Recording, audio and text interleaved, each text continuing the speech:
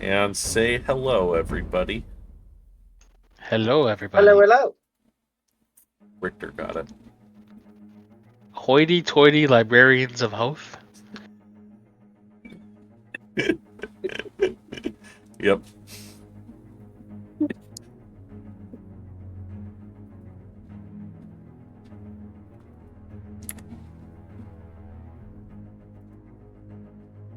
I thought you'd appreciate that. I mean, it's accurate. Yeah.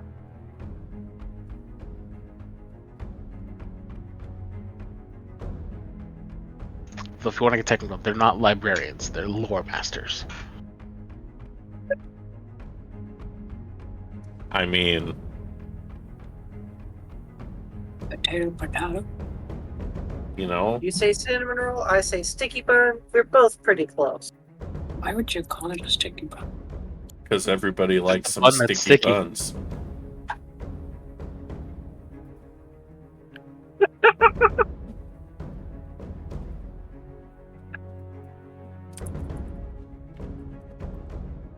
Don't give me that look. Nobody appreciates my facial expressions and the amount of effort I put into it. I appreciate it. It just, you try to make me feel bad every time. And it Just doesn't not work. directed at me.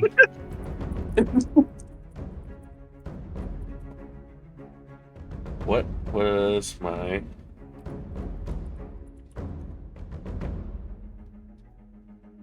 iPhone password? Yes, I don't use an iPhone, though. Oh, that goes. And it wasn't for my phone. But, yeah.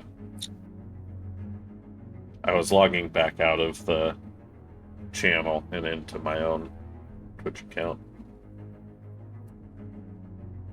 I'm going to show you guys something. I'm going to... This is Darth Vader cat keychain. It is my new prize collection. Don't shake your head. Do you have one of Darth Helmet? Darth helmet. Dark helmet. Dark helmet. It's not Darth. Okay, yeah. I thought. Yeah, you're right. In my brain, I mixed the two. It didn't quite work. I haven't watched the new Acolyte series, so if that's the reference. No, this is this is older than that. Spaceballs, Yeah, much older. which is the spoof, the Mel Brooks spoof on Star Wars, Mhm. where, yeah, it's just great. Ludicrous fantastic. speed.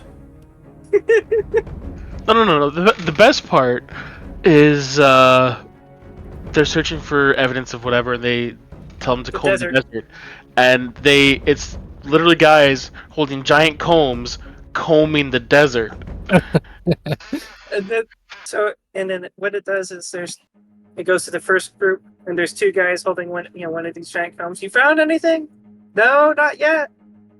Moves over, second group, another pair of guys, another giant comb. You found anything yet? No, not yet. Camera pans over. It's one black guy holding a tiny comb half the size. An afro You found comb. anything yet? It's an afro pick. Yeah, afro pick. I ain't found shit. The best part about that, though, is that guy did 7 seasons of Star Trek Voyager as a main character on it, numerous appearances throughout Star Trek as various different characters. He's not known for his role, he's known for I ain't found shit. The poor guy. It's Tim Russ, I want to say his name is. I was married to your wife's sister's brother's niece. Cousin's best friend. Yeah. What does that make us? Absolutely nothing. What is the name of this series? It's a movie. one singular movie. It's called Spaceballs. I don't know. I still really like the Spaceballs flamethrower whenever Yogurt is going through all the merchandise. Everybody loves the flamethrower. You see, Evil will always triumph because good is dumb. I don't know what it. It's Rick Moranis plays Dark Helmet, which is like a Darth Vader spoof, but it's just a dude with a really big black helmet. I never got that from the name, but You need to watch it. It's so good. it's classic Mel Brooks. It's fantastic. Yeah, it's. I need to rewatch it. It's been too long. You've seen Blazing Saddles, right? Her or me? Well, Yes, I've seen I'm it assuming multiple you have, but the look she just gave the camera was no, I haven't, and I'm afraid to say no. I don't know what you're talking about. Where do white women at? times. Oh, I love that part. Oh, hey, boys! Look what I got here! Telegram from Mongo. I actually don't think I've ever seen Blazing Saddles. Really? Oh man, you gotta watch No. it. That is a Well, all-time it's- Well, classic. I know. It's right there. It's right there with Spaceballs. They are. It's They are both. it's like amazing. I've seen Monty Python the Holy Grail countless times. Never watched anything else Monty Python. Me too. See, I I've would seen the Holy forgive Grail, people but not seeing Spaceballs as long as they'd seen Blazing Saddles. Yeah, if you've seen at least one of the two, then you're okay. But if you've seen both, now you're a true connoisseur. Mel Brooks did Men in Tights as well, didn't he? Yeah, and he also didn't he? he do Young Frankenstein as well with Gene Wilder? Yeah, that one I haven't seen, but I've seen Men in Tights. He's done both of them. What Maybe. the fuck is Mel? All right. Should we have Frank do the sponsors? Frank and Cardinal, or Sure. Frank Just wait. Sure. Dan Skilled? Sure. Danishold. Same thing. But there's a Pretty K much. in there. There's a K in there. Yeah, that's what I said, Danishold. All right. First sponsor tonight is Last Bastion Studios. They were successful in their latest, in their Heel Turn Kickstarter campaign. Heel Turn is not your average wrestling comic. It's violent, brutal, and not for the faint of heart or minors. Set in the violent world of Empire Pro Wrestling, where every match is very real and has very real consequences. Heel Turn takes you for a ride both inside and outside of the ring.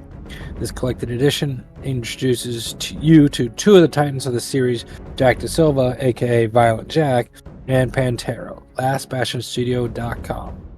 And eager to hear what they're doing once they finish the Heel Turn comic.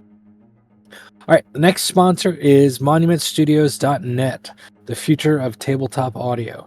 Their app, Fantasy Plus, offers over 5,000 Hollywood-quality audio files for TTRPG players. It is the highest quality and most affordable TTRPG resource available. After being in beta for 4 years, it's time to form an alliance and rebuild the application from scratch. We must work together if we're going to change the entire niche for the better. Answer the hero's call, aid us in defeating the villain. You'll be significantly rewarded. This is the end game, the final quest for TTRPG audio. Kickstarter launched on August 20th and is already doing amazing. The desktop client reach goal has already been hit, and that was at $150,000.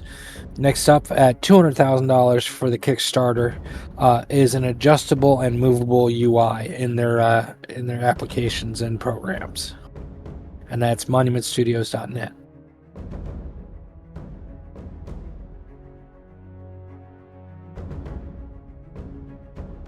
We can play the video.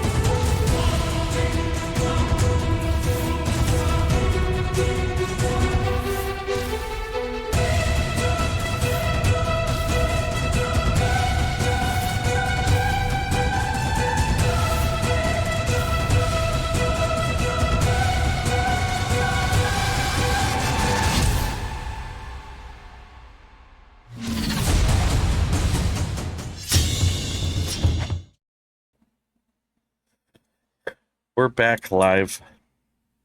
Waiting on one last person.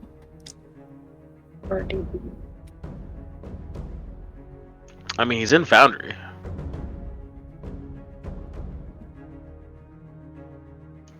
Speak of the devil. And recap, go.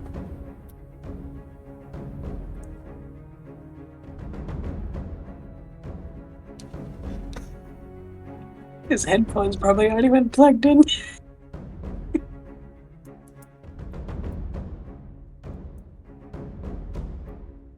Hey, honey.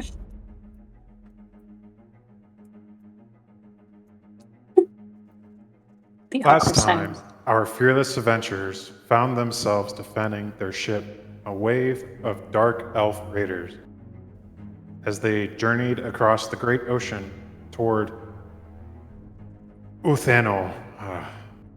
No. Oh, the one? Ulthuan. Uthon. Toward Uthon, the ancient homeland of the elves. Just as the battle seemed to be turning in their favor, a deadly assassin dropped from the rigging above, ripping a gaping hole in the sail as he descended. Without hesitation, he launched a ferocious attack on the Lothern Sea Guard. However, before the assassin could unleash his full wrath, Calgar's quick thinking caught him off guard, teleporting the would-be killer from the deck into the roiling depths of the ocean. As the assassin vanished beneath the waves, the remaining raiders lost heart and were swiftly defeated. The rest of the voyage passed peacefully, and soon the party emerged from the mist to behold the splendor of Uthon. Passing through the Strait of Lothern, they marveled at the shrine of Saren and the great vortex spiraling from the Isle of the Dead before docking at the port of Ilstor. There, they secured passage to their ultimate destination, the White Tower of Hoeth. Upon arrival, they were met with an impenetrable wall with no obvious entrance in sight. Despite their best efforts, it was Bertrand's unwavering resolve that summoned the gate, allowing them entry into the tower. And now the adventure continues.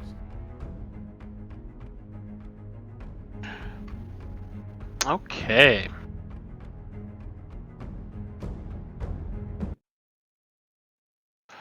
So, let me pull stuff up because for some reason I wasn't prepared. Neither was I. I am shocked. You weren't prepared? How could it be? If this time Where's my pencil? Well, up your book. guess we're taking notes with a pen. All right, that's 2 drinks.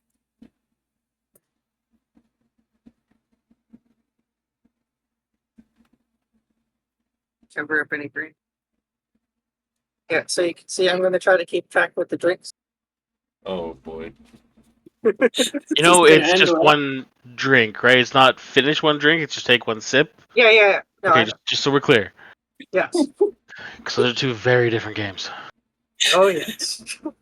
Unfortunately, I don't have enough for that second one. I do. Let's see if you want to share. Okay. So, Bertrand was the one that was able to get the gate open, and Not the horses. Not the horses. It I was a call valiant strangers. effort. Like the gate, like the walls, like kind of twitched a little bit for the horses because like there's no purer being than a horse, unless the horse is an asshole. Unless it's a Norse one. Wait, you didn't say we had to be pure to enter. Anyway, so the wall kind of folds in on itself and opens, and I'm just ignoring you guys right now. And you step through the gate, and past the gate is a vast courtyard of its gleaming polished marble that's almost blinding in the sharp morning light. The base of the tower, surrounded by meticulously cultivated gardens and neat patches of grass, with interspersed soaring trees whose branches sway gently in the light breeze. There's a serene beauty to the courtyard. It's both awe-inspiring and tranquil. And as you step through the gate, you also raise your eyes to the tower, and you keep looking up and up and up and up and up. And it seems as if the tower rises to be about a mile high in the sky. Despite the fragile design, it doesn't seem like it should hold together by any sense of engineering. I lead the horses over to the grass in the garden, but I don't actually know what to do with the horses or the harness, or so I'm just like, go, eat. And I leave them with the cart still on them because I don't know what to do with it.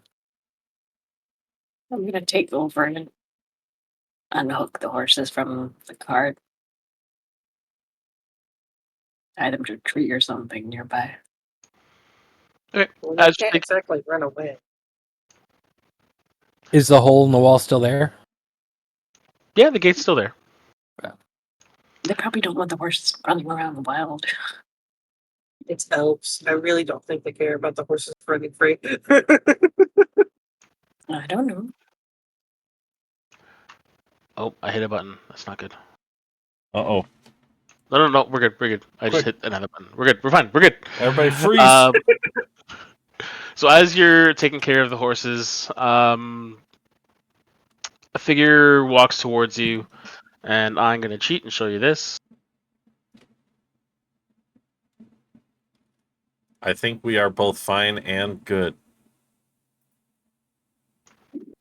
So it's a young elf. He looks to be maybe in his second century.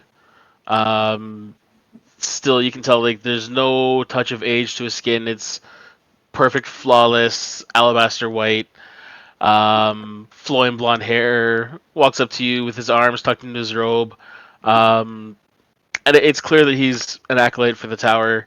As he approaches, he just kind of gives you a low or a shallow bow, and in a very soft, like almost musical, like lilt in his voice. He introduces himself as Vebar and welcomes you to the Tower of Hoeth and asks what brings you to our humble abode.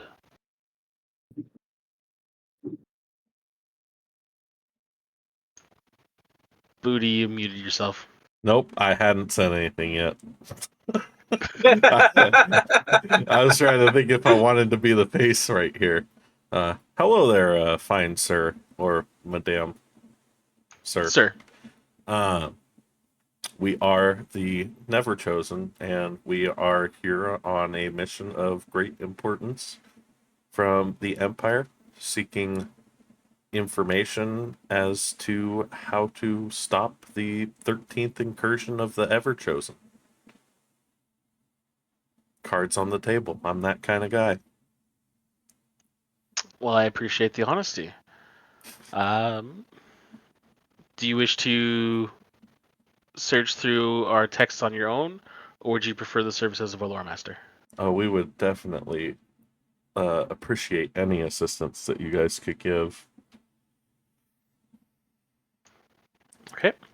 So, without really even saying a word, he kind of turns and gestures for you to follow him, and as he walks, kind of circular around the tower, it's getting close to it, but in kind of an arc.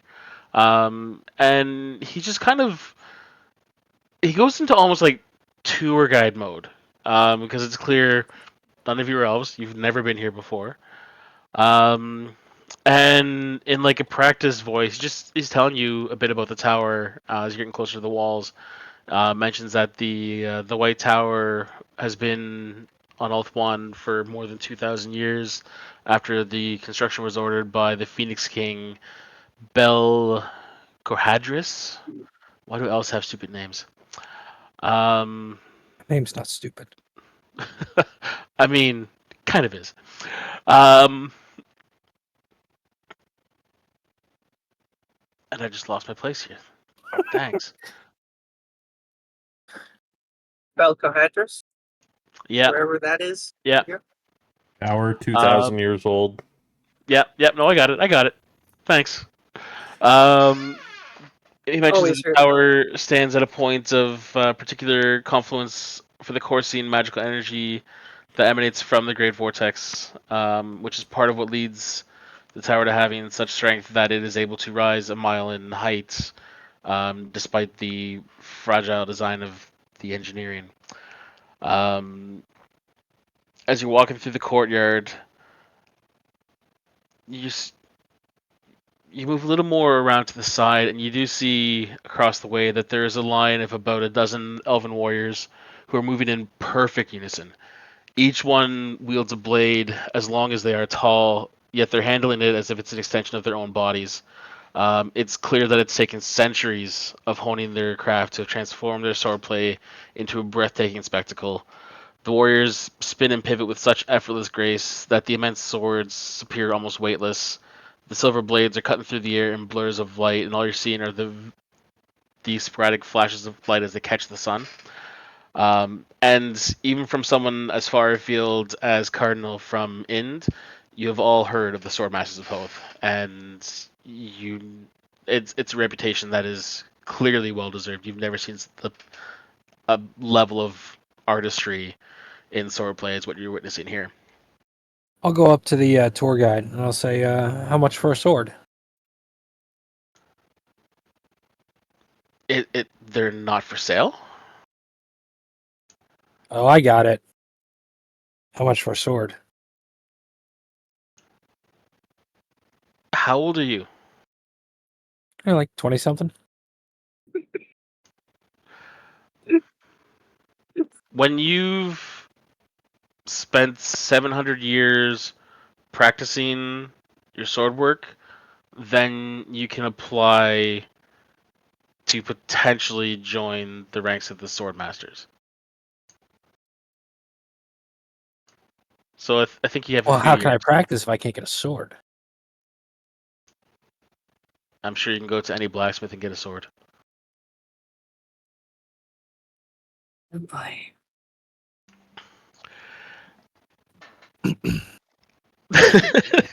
My cat Tobias on the back. Just be like, let it go, buddy. Let it go. I planned so much and I didn't plan for Frank.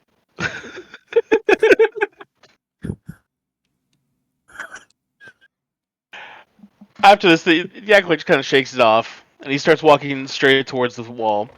And as you approach, you can watch the stone on the wall seems to ripple, very similar to how that gate first appeared on the outside wall, and it shifts and morphs into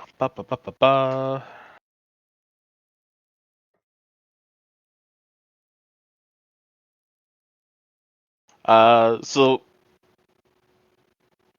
the stone wall ripples and shifts and morphs into reveal a pair of tall golden doors covered in frescoes of elven mages, styles reflecting millennia, wielding great power against demonic beings. And as you approach and get closer, they swing open of their own accord, and there's not even a whisper of sound as the doors swing inside into the interior. Inside, what you see is a vaulted chamber devoid of furnishings or occupants. And as you pass through, you feel like just a surge of magical energy, and you get a sense of a shift behind you. And you turn to look, and you're no longer at the ground level.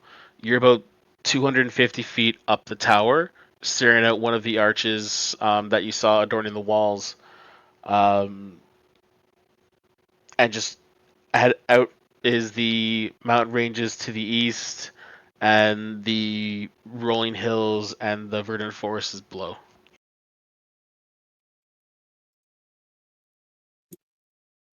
Didn't like that. Didn't like that one bitch. Was that mechanical or magical? Asked tour guide. He kind of chuckles and is like, "It's magic." It's machagical. Oh, fancy.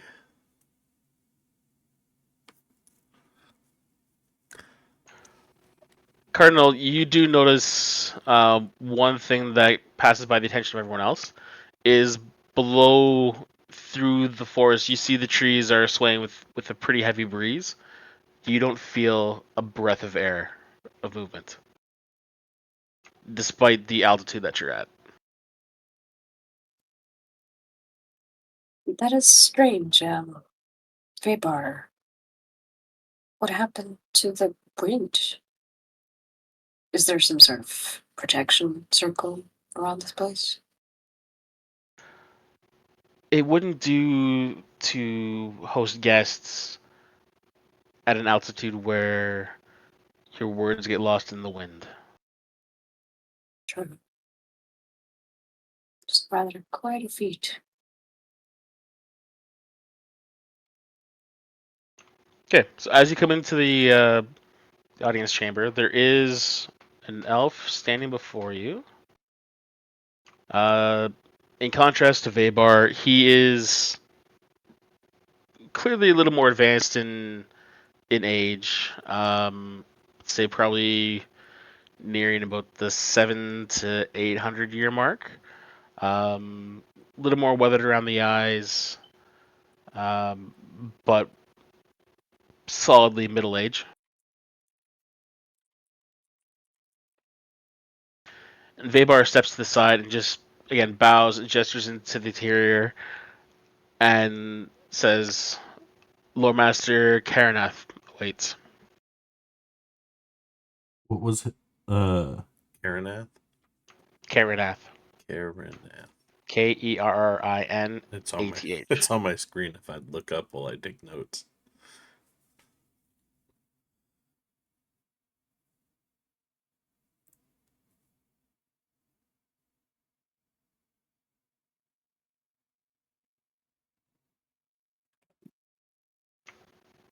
And he's Honestly, Mavido, I might take you up on that.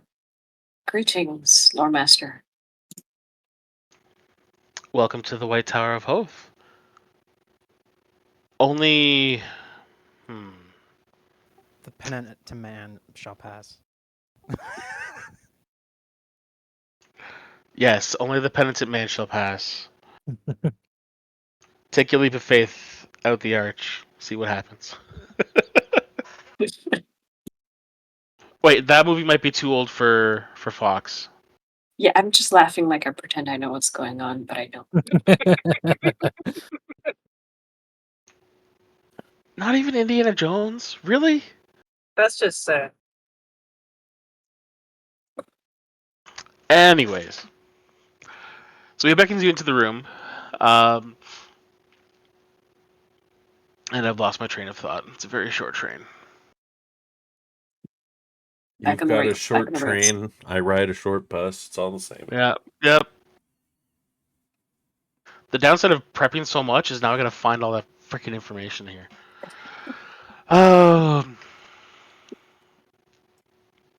So he beckons you in and mentions that for a band such as yourself, it's rare to have you come to the tower. I can only assume it's a matter of great import that brings you here. I'm gonna casually push as you go forward again. Gosh darn it. Standing very proper. Yes, Lore Master Karanath. We come as emissaries from the Empire. And I gesture for whoever it is to show the token. Oh, I think I. Someone has it. I don't remember if it was Cardinal or if it was Calgar, but we have found ourselves thrust into a quest to stop the 13th incursion of the NeverChosen.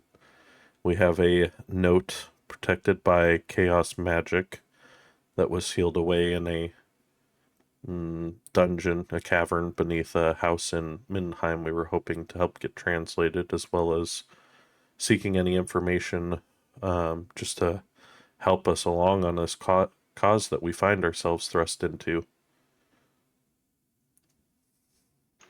Well, if you're seeking information, information is what we have.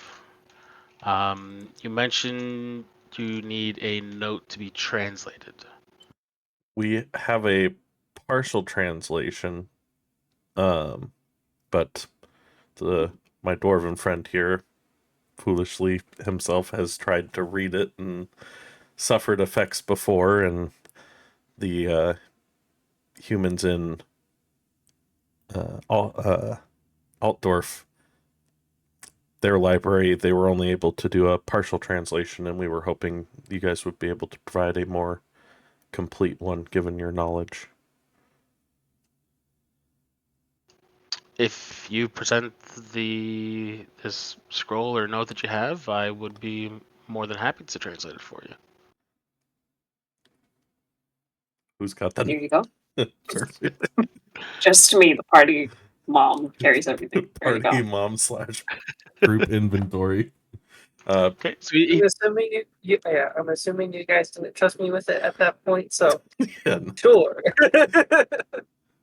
So he takes the note from you, and like with a gentle like rise of his hand, a series of chairs and tables just seem to rise out of the floor, and the chairs are very ornate and lushly padded with rich like royal blue stuff padding. Like you sit into it and you just feel all the cares of your journeys have disappeared. And beside each chair is an ornately carved oak table with pictures of like the purest crystal, um, freshest, crispest water, and daintiest of glass goblets. It's clear he wants you to sit and relax as he does his thing. Is Avebar still in here? No, The tour guide? Okay. once you step through, the door disappeared. All right, I'm going to lean over to Calgar and say, is that magical or mechanical? Magic. Mechanical can't do things like this. Never thought I'd hear a dwarf be a quitter. Glitter? No. Realistic? Yes. There are certain things that maybe we could replicate this with free. I'm Alright, going to start like taking notes in the little book. I lead Caligar over and try to be the first to sit down. I'm going to look at the tiny, like, incredibly dainty, frail little glasses and just like kind of stare at it for a minute, give up on it, and then go sit down in the chair and just try and like sink all the way into it with my plate mail. As you sink into it, like the chair seems to almost like conform to your body, even the most comfortable seat you've ever had. Yeah, chair dogs. And as all this is happening, the lore master sits at his own chair, and summons up just like a kind of podium in front of himself, and he puts the piece of paper down in front of him, draws out another one, and it takes him about 15 to 20 minutes of looking at the sheet. It's clear he's working through everything, and you see his lips are faintly moving as he's kind of muttering along as he's going. So it takes about 15 to 20 minutes, and he pulls out the sheet he was writing on and holds it out to whoever will take it. I'll take it. Okay. Calgar's the one taking it. He jumped at it first. When he's doing that, Tobias is reaching into the pitchers of water and washing his face.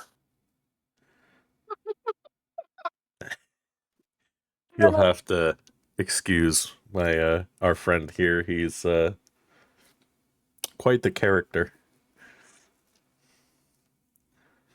Alright, What? So as I take whatever you were gonna say.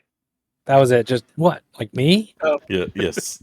Yes, you, Tobias. as I take the page, I'm immediately gonna start reading it. Okay. It's written in common. Cool.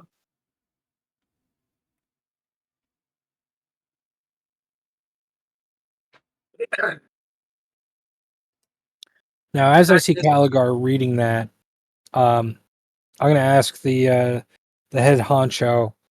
Now, are the words magic or is the paper magic? Like, are we going to get in trouble if he reads this out loud? It's not that the words are magic or the paper's magic. It's beyond that.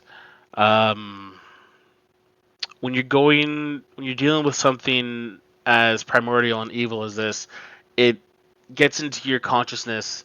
And if you said that your dwarf friend here almost lost himself into it, he was his not so much his mind, his soul was being pulled into the immaterium. So Caligar's okay to read this out loud to us. Yes, it's should be easy enough for even a dwarf to read. I'm gonna give him a side eye, but ignore it. As in, I'll start reading it out. Darkness rises and lands of chill, excess pleasure and obsession kill. Far afield in jungles steaming, plague and pestilence oft is teeming. And lands of death lost long ago, winds of change begin to blow. Across the mountains and blighted lands, rage and blood is close at hand.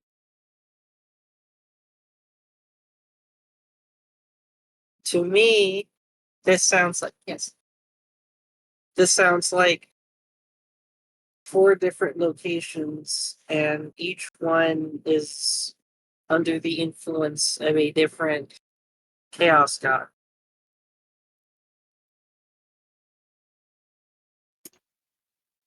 Seems that way to me as well. I'm surprised you're able to come to that conclusion, but yes, that is the truth. Oh, I don't like this. Darkness rises and lands of chill. Makes me think of Norse god. Far afield and jungle steaming, the old world. Lands of death, but the lands of the vampires. Across the mountains and blighted lands. Now, I'm not too sure off the top of my head.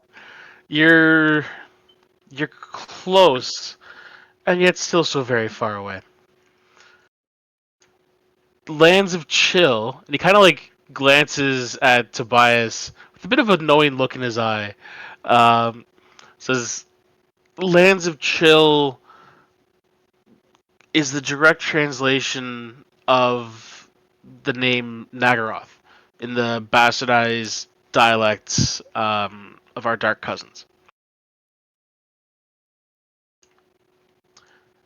As for Jungle's Steaming, to the east, in the kingdoms of Ind, there's a more dense forest than anything.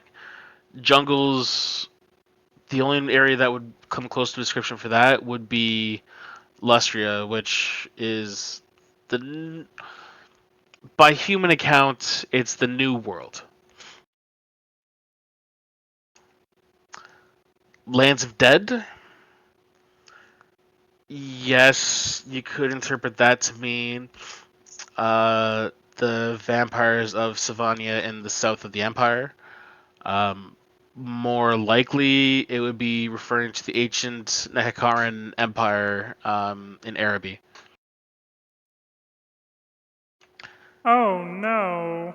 And Blighted Lands? My dwarven friend. I'm surprised you're not very familiar with this one.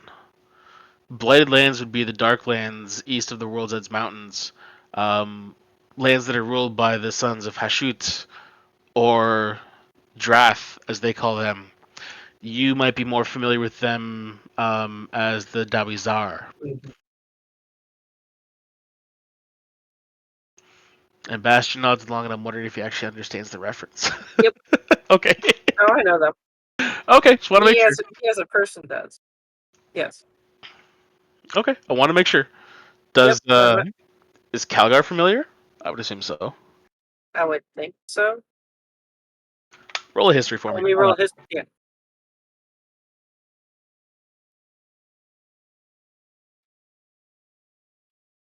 There.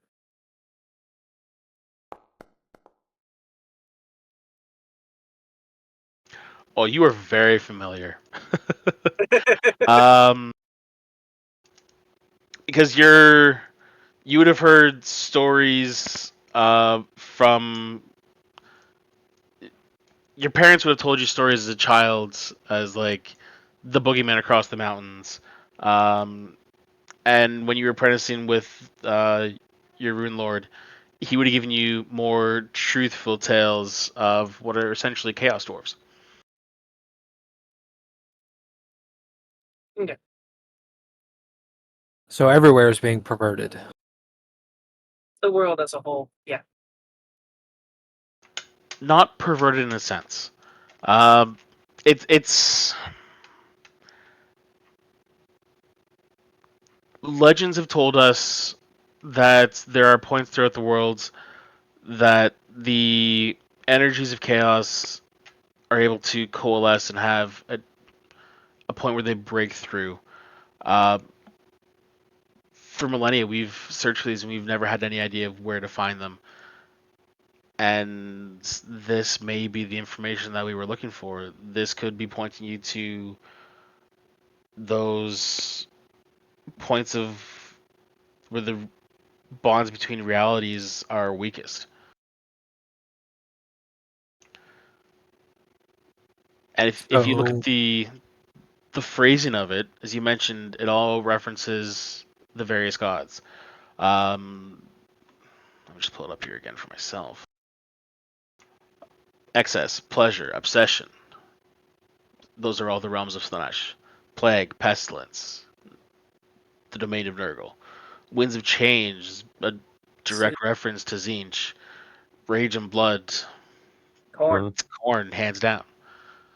So what this is telling you, is my interpretation of it, is that there will be a temple or a place of worship within those realms that if you're able to disrupt it, you may be able to weaken that god's hold on the world and anyone that they have blessed.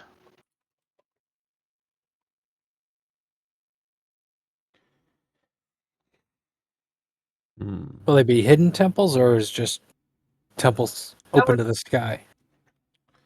I would imagine they would be out in the open. This is the chaos gods we're talking about. It could be out in the open. It could. It's so very hard to say because there are parts of the world where the worship of chaos is not a hidden thing. Perfect example would be the Drath. They are known in common as chaos dwarves. They openly worship the gods of chaos. What part of what led to the sundering of Ulthuan was open worship of Slaanesh. So, 4 different places. Someone's going to have to go to each place. Some of these places you're making it sound like we're going to have to send armies. Right?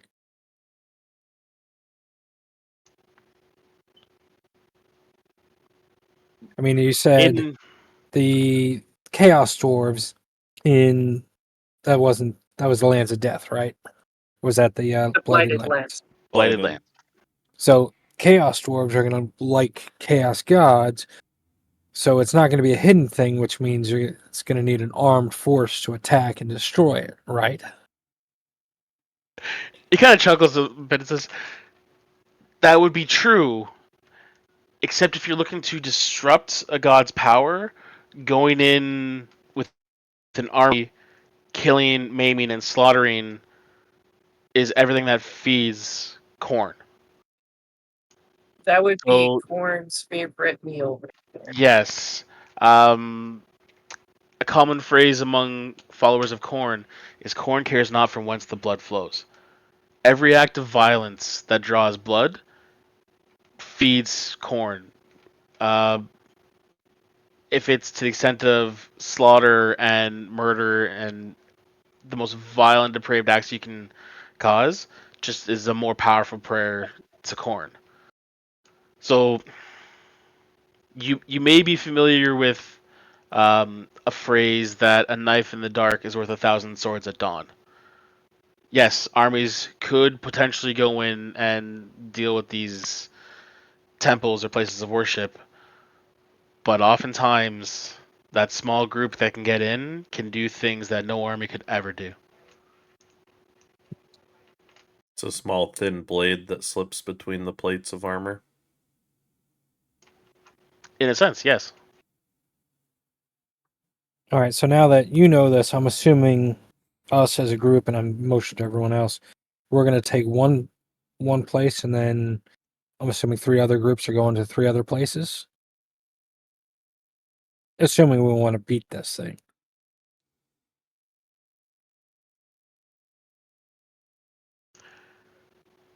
The issue I run into with that is the group as mixed as yours.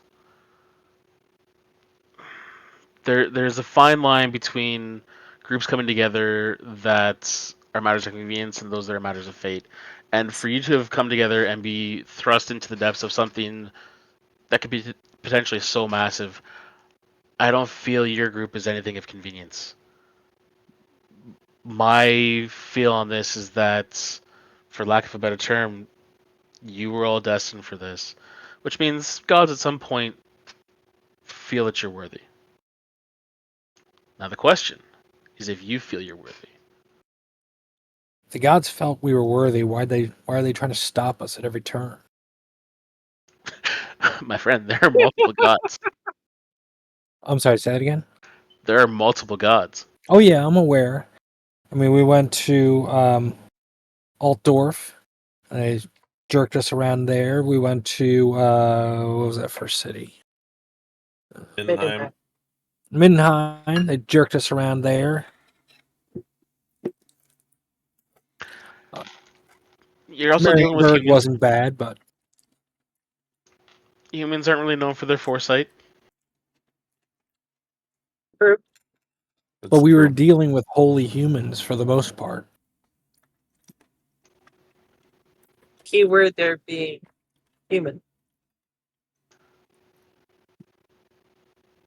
You're dealing with holy humans whose religions have existed for 2,000 years.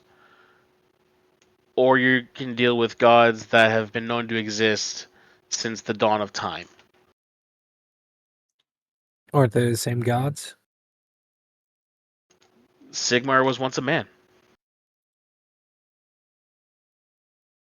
Sigmar was the first emperor, who then went through apotheosis because his people believed so heavily in his, I don't even know how to phrase it, his divine abilities, I guess you could call it.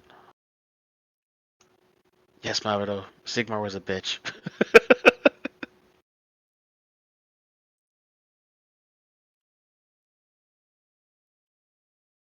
So, if we were to go to one of these places, what methods would we use to disrupt one of these temples? Imagine anything. Try to think of. That That'll would, be something different for each one. Would be my guess.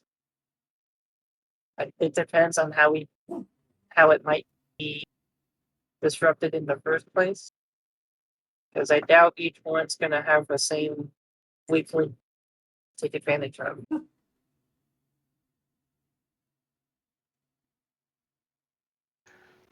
If they've been around for who knows how long, they're probably going to be spurred up to most mundane. That would be my chaos is chaos, but they're not stupid. It could be there's a ritual needs to be performed within the grounds. There could be a champion you need to defeat, or it could be as simple as just the destruction of the grounds themselves. Until you locate and find out more information about each location, I don't have an answer for you. I'm sorry. And you don't have that kind of information in this amazing tower? These places were legend to the point of rumor. Like, we weren't even sure they existed. I can give you as much information as I have for the various areas that you're going to that might help you better understand what you're coming across, what you'll likely face. I can give you a little more information on the gods themselves. Give you a little more information on the NeverChosen if you want it. Yeah, we'll take it all. What would you like to know first? Well, the NeverChosen is a new man claiming ancient relics to kind of restart the Chaos Hordes, right?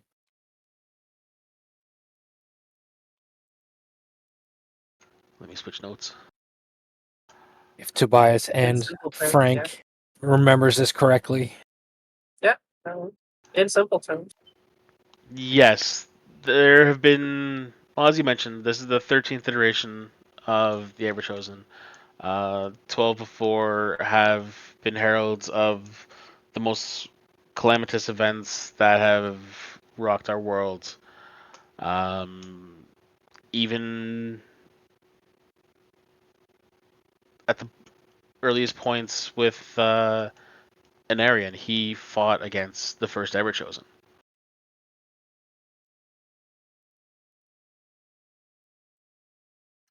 How is the NeverChosen usually defeated in combat, right? To the Combat, absolutely. NeverChosen tends to be the greatest warrior that the tribes that worship chaos in the north are able to bring together, because to be able to gain the blessing of the four gods, they need to be an incredibly powerful individual. So combat, yes. You also need to defeat their magic, because Tzeentch, Lord of Change, is also quintessential to the winds of magic himself. And at the end of it, you will need to not only destroy their body, but you'll need to destroy their soul. How do you destroy a soul? That we don't know. You will have to figure that one out. A better question would be, how do you destroy a soul that is blessed by four of the most powerful gods in existence?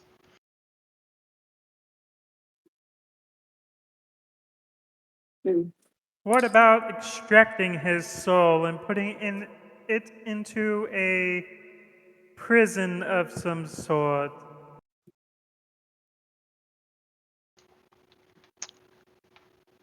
That could be a temporary solution, but could you guarantee that the prison is never lost or stolen and that soul is released? You could give it to the hands of those who have the powers upon the earth to keep watch. So you would give it to... The elves, most likely, because they live a lot longer than humans and they are never tempted. They're never tempted. Well, let me rephrase that. Didn't he mention Like something about when ascending? you mentioned that they're never tempted, again, his eyes kind of like flick over to Tobias for a minute. High elf, dark elf. High elves, dark elf. Dark for what? We could technically take his soul to the far reaches of the earth and leave it to the luscious jungles of the unknown. But then there's no guarantee that somebody won't find it later. Put it in the middle of a volcano. Do you Put it in the middle of the have- volcano, much like the armor of Mordecai. That is often the first relic that subsequent NeverChosen find.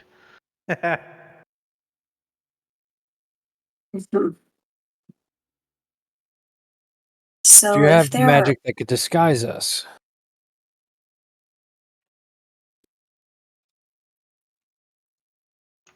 Disguise you how? Well, from what I understand, we're going to go to the Dark Elves. We're going to go to the Dwarves. We're going to go to Blighted Yeah, Lands. I don't know who dwarves. lives there.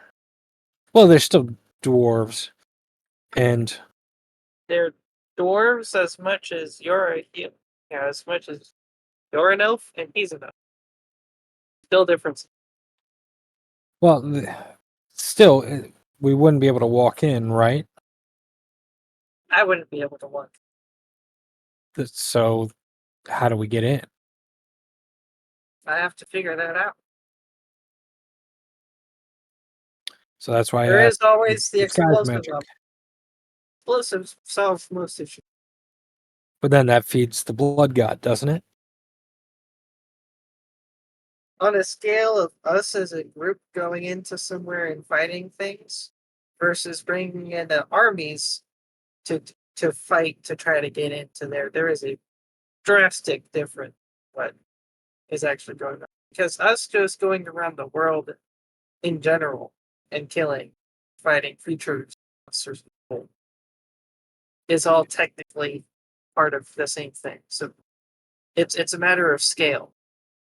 If you walk outside and you step on an ant, you kill a creature, but it's an ant.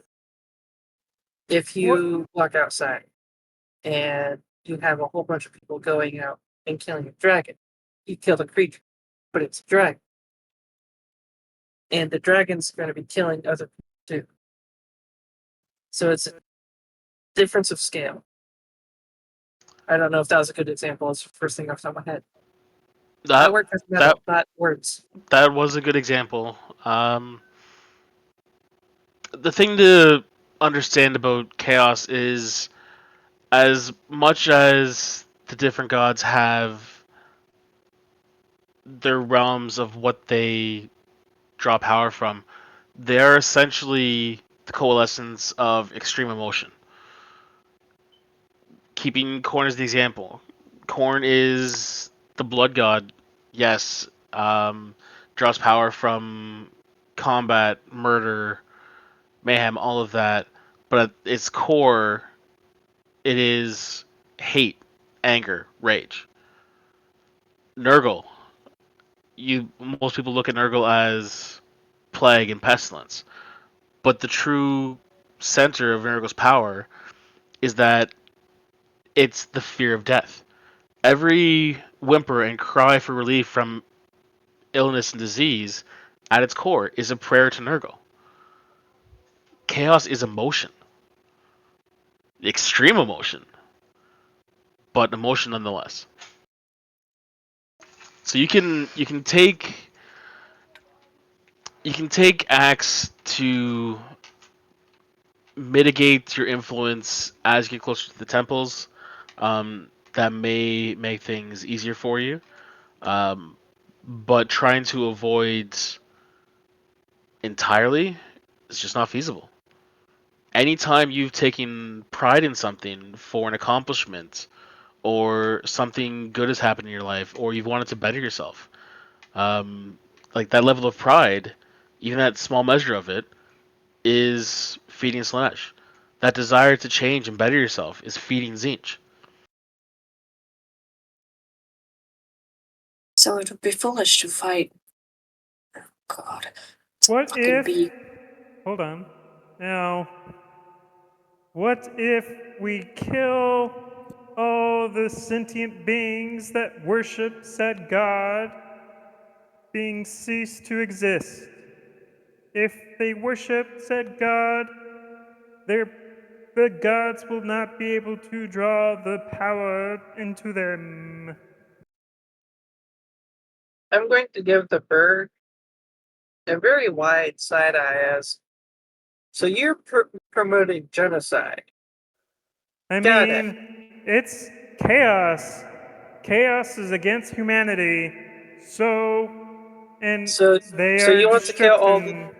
so you want to kill all the dark elves, all of the chaos warriors, all humans who happen to worship them and get converted on a daily basis. Just off those Even three, how do you plan on doing that? even if you went to the extent of mass genocide, that wouldn't defeat chaos. Because, You as I just said, feed it. Technically, it would just feed corn. you would feed corn. It would feed corn, but it still wouldn't stop them from existing.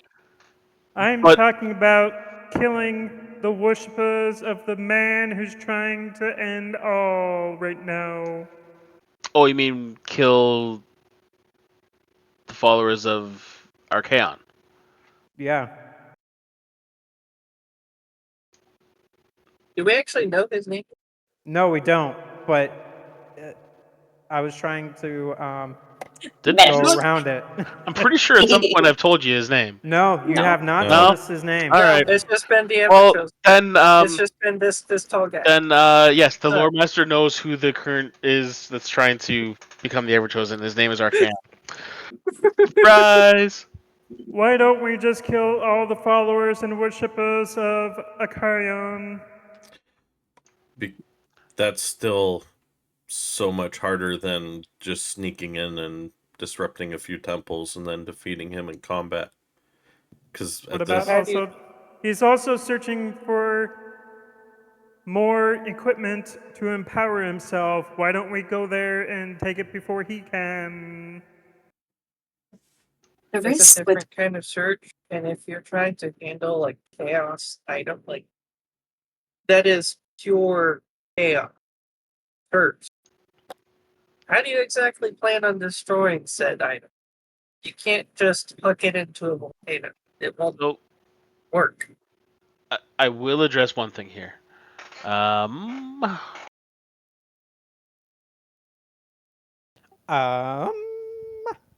I am making a switch. Hold on.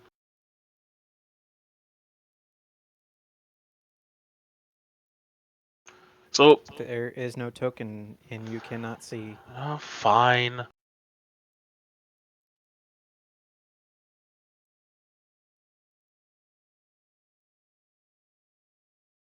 Bam. So the Lore Master again just raises a hand, and from the center of the room, a table comes up, and it has this ancient map sprawled across it.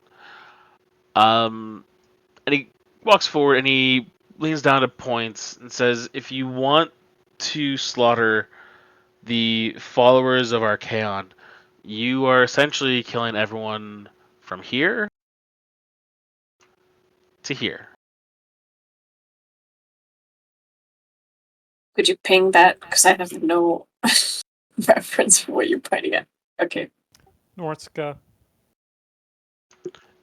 At its most simple is where they're coming, is the majority of his followers. At the same time, his followers also extend from here to here. Hmm. What you're asking is not the simplest of let's just go kill them all. His followers are all. It was just a thought. You don't have to be snippy about it. He's an elf. Of course he's snippy about it. Of course, I know he's an elf. He's morally obligated to be. It's in his contract. Calgar spread the race of finger. I do find it interesting. The paladin among us is promoting mass genocide. I am protecting the Lady of the Lake and the lands of Bretonia, and I guess the Empire and the Elves. Of course, I am protecting humanity. Justification. The original question still stands: how do we get to these places? Survive getting to them. We can't take an elf ship to Nagaroth. Would have The to be proper smart about it. application of violence. How Not you sure get to use these violence, places? Honestly, I think the best intelligence. answer is a boat.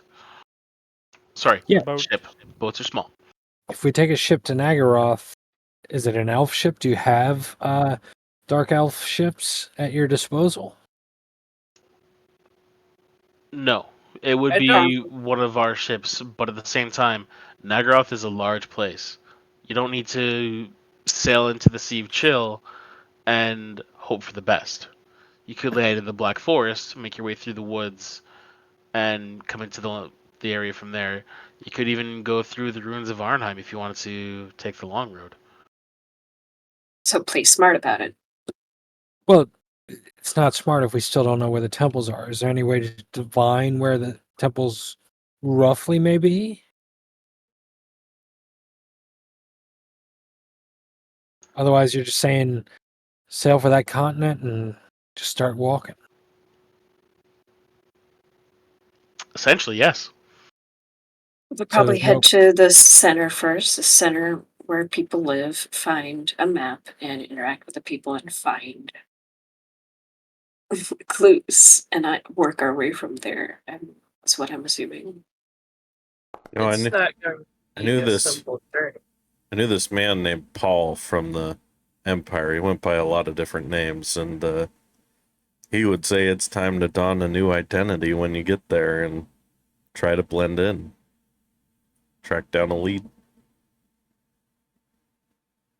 You said you can tell us about these places, more information that would help us. We can look for these cultists.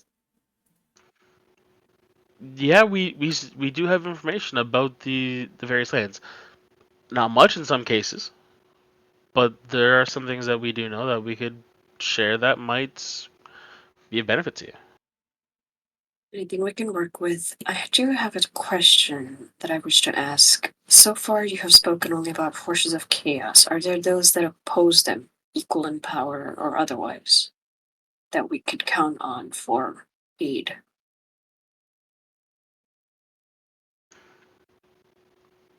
Essentially, everything that is not chaos opposes chaos.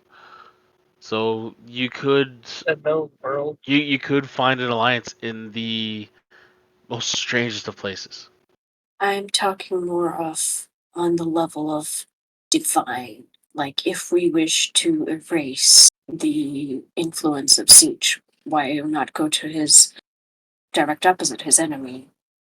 Maybe bring, I don't know, a relic of his to cleanse the place or some ritual from his side.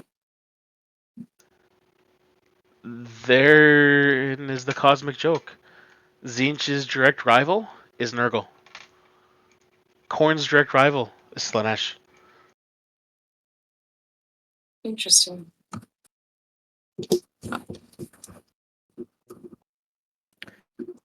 So Ezekiel wanted to know about these places.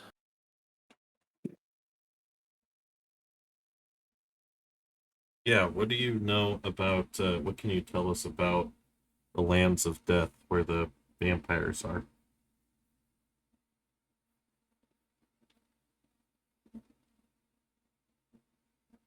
So lands of death. Okay.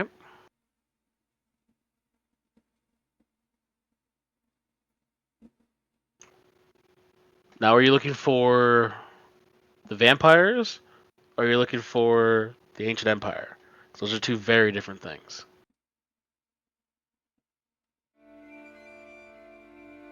The ancient empire, not the vampires. Correct? The chaos dwarves? That was the No, the Blighted land of death Lands. is No, Blighted Lands was somewhere else.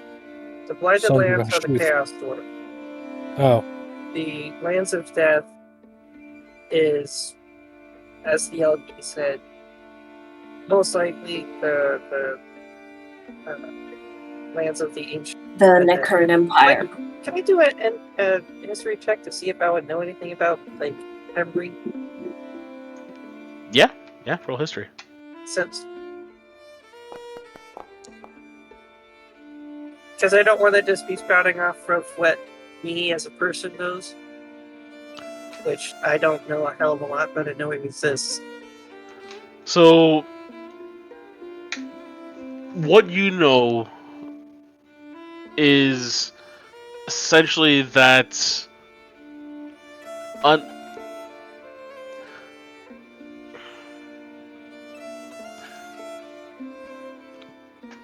the Nehekaran Empire is essentially the cradle of civilization for man. All humanity came from that point. And it is also where the curse of undeath originated from as well. You've heard of the city of Khemri as more of a rumor than anything else. But one name that, like I mentioned to you before, that you were told as a child about the Chaos Dwarves as kind of like the boogeyman. The name that the boogeyman would be scared of would be Nagash.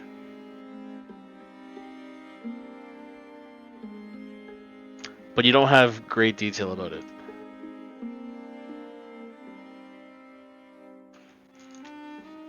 The lore master, on the other hand, has a bit more information than you do. I would hope so.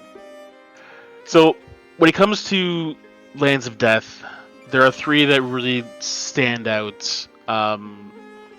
First is, as I'm sure your Bretonian friend here is aware, the Dukedom of Mousillon is known to be ruled by, I believe he goes by the title now of the Red Duke or something like that. I don't really follow human politics that much. But if I'm not mistaken, is known as one of the vampires, possibly an offshoot of the von Karstein family that is ruling Sylvania in the southeast of the Empire. It's a very small area. I don't think you would find a temple located there. The von Karsteins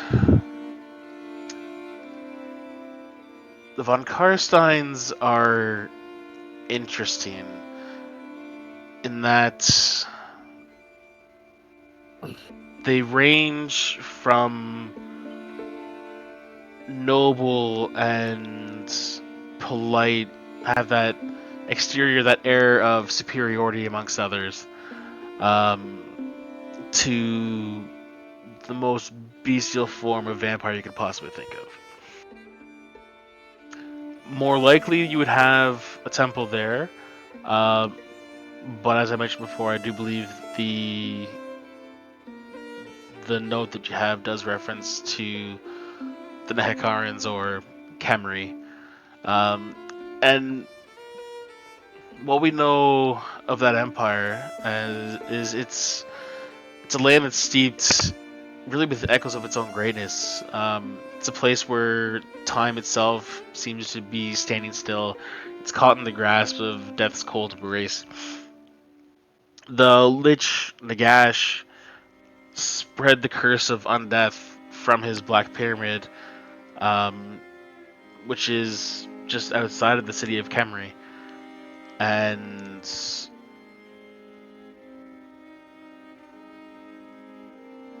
his relationship with the kings of old, they went into an eternal slumber with the promise that they would be rewarded with palaces of gold and eternal life, and what they awoke to was their bodies falling apart and the outright lies. They hate undeath. They hate undead. And that is probably your best place to start looking, is either, I would say, the Black Pyramid of Nagash, or his closest follower, whose name I believe was Archon.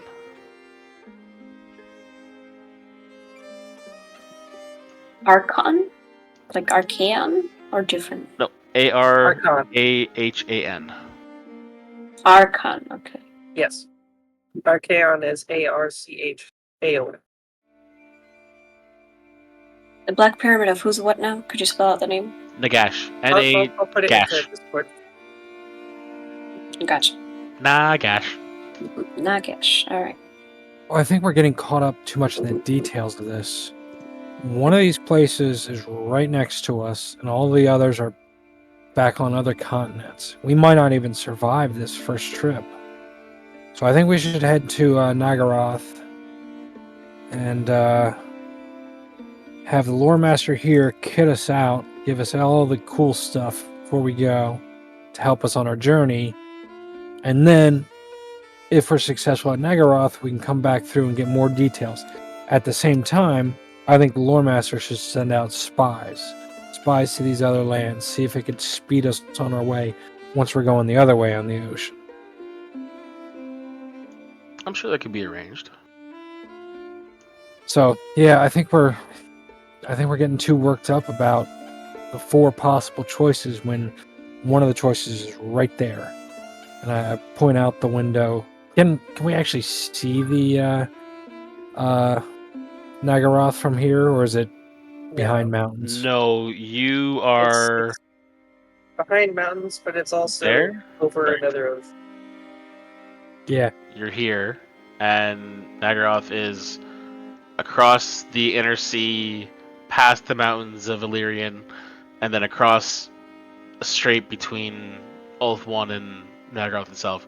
You're like essentially what you're looking at is Still fucking far away. you're Yeah. about 2,500 kilometers away. You don't have to well- put in numbers, it's fucking far away. When I say that, I'm gonna point my hand westish, and say, Nagaroth's right over there. All the others are back where we came from on other continents. I think we should focus on the closest one, do it, survive, and then come back to Ulthuan on the way through and find out what we can and download new information on the way through. You have no faith in yourself that you would say, we might die.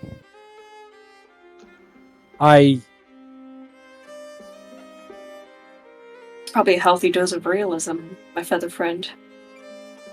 I know what's waiting for us at Nagaroth. This is going to be difficult.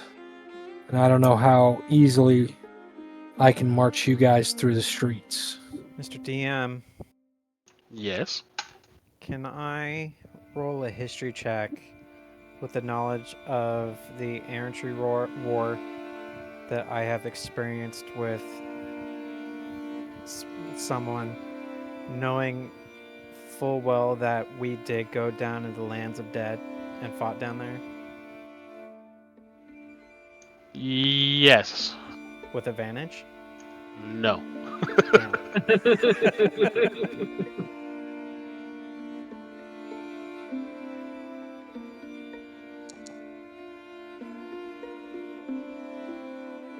$21. So your knowledge, you've been to Araby yourself, and you know that there are Bretonian outposts stretched along the coast, and actually the northern coast is known as the Pirate Coast. So just getting to Araby itself is going to be a challenge. Getting deep into Hekaran territory, you're going to have to go through miles of just desert. It's a challenge to Sand. survive there. And you want to go deep into, like, you want to go to the center of everything. Like, it is, getting there is going to be a challenge.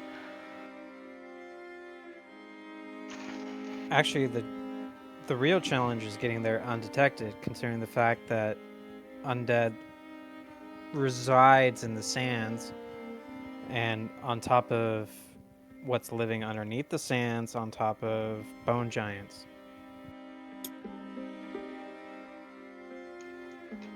And Karanath he raises a hand and makes a point and goes, the half-elf isn't wrong in a sense. something to keep in mind is the part that brings you to Nagaroth is referring to Slaanesh. Slaanesh is considered the weakest of the four. So our first target. I would honestly think that's probably your best. Slaanesh is the youngest of all of the gods, the least developed in power, because where Slaanesh gets its power from only comes from the minds of intelligent mortal beings. Whereas Tzeentch and Change, Khorne and Bloodshed and Hate and Anger, Rage, Nurgle, the fear of death, that all comes... Every mortal creature has a sense of that. Baser instincts. Exactly. And Slaanesh is all horniness. Not all horniness. A lot of it. Hedonism, I believe is the term. There's nothing saying you can't go out and pick a fight with the biggest baddest on the block. Would I recommend it? No. If you did it, I would say bring friends. But if you were looking at it from just the strength or age of each of the gods, Nurgle is the oldest and most powerful. Khorne is a very close second, and followed by Tzeentch and Slaanesh. So we should probably, I would say start from the bottom of the list and work your way up. yeah. Isn't Listeria also lizardmen? Yeah, Lustria. It is. Roll a history check. So- Game knowledge. No, I You don't know shit about Lustria. And They have jungles. I don't. and even Karanath, he's like, we don't have much information. What we know about Lustria is there are few that go that return, and those that come back speak of monsters. Those are fun. Question for the monsters with DM. scales. And I love Answer scales. from the DM. So Nagaroth is up here, Lustria's down here, Araby's this one. What's the last one? The Darklands. Where the fuck is that? Okay. Way off to the east. Gotcha. Yeah, Yep, east, right next east to of the the Empire. Okay. Just so I know the relative distance. You would have gone actually around All the of them. Darklands to get to the Empire from Ind. Yeah, probably. Or you might have gone through it. You don't know. Well, if you look at the map, there is the Silver Road, which is... Yeah. You know, they were very on the nose of what this world really is.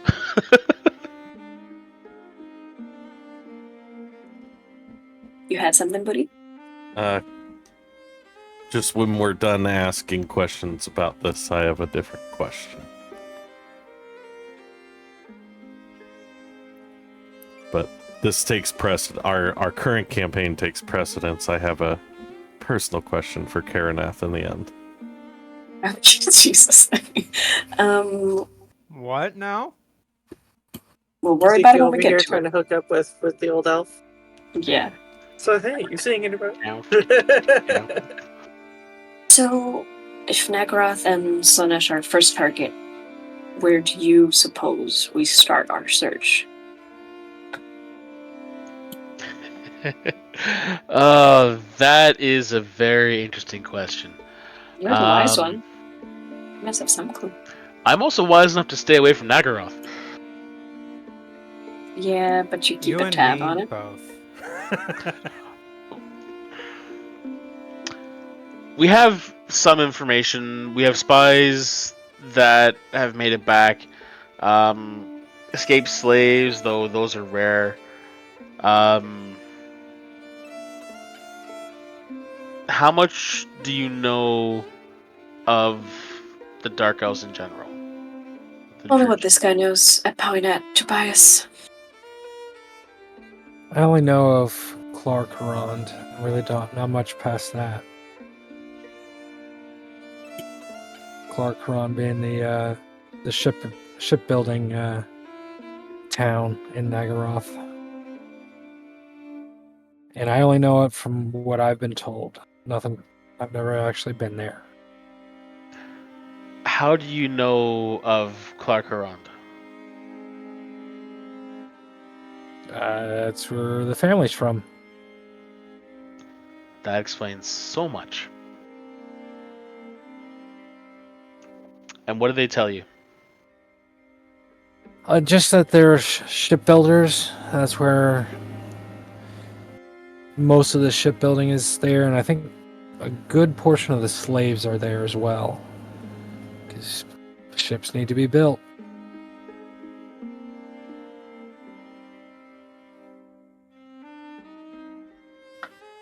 But like I said, it's just all information that's been relayed to me. No personal information about it. So what we've learned of Clark Arond is the Druchi refer to it as the Tower of Doom. It is the largest port for Nagaroth, and it's the center of their shipbuilding industry. You will find many of the Black Arcs, when they're not out on the seas, are docked just offshore. And your knowledge does not extend really beyond that city? No. Okay. So, without going too deep in the history, the Dark Elves were once lived amongst us in Ulthuan. The land of Nagaraith to the north was where Anarion, the first Phoenix King, was born. And on his death, his son Malekith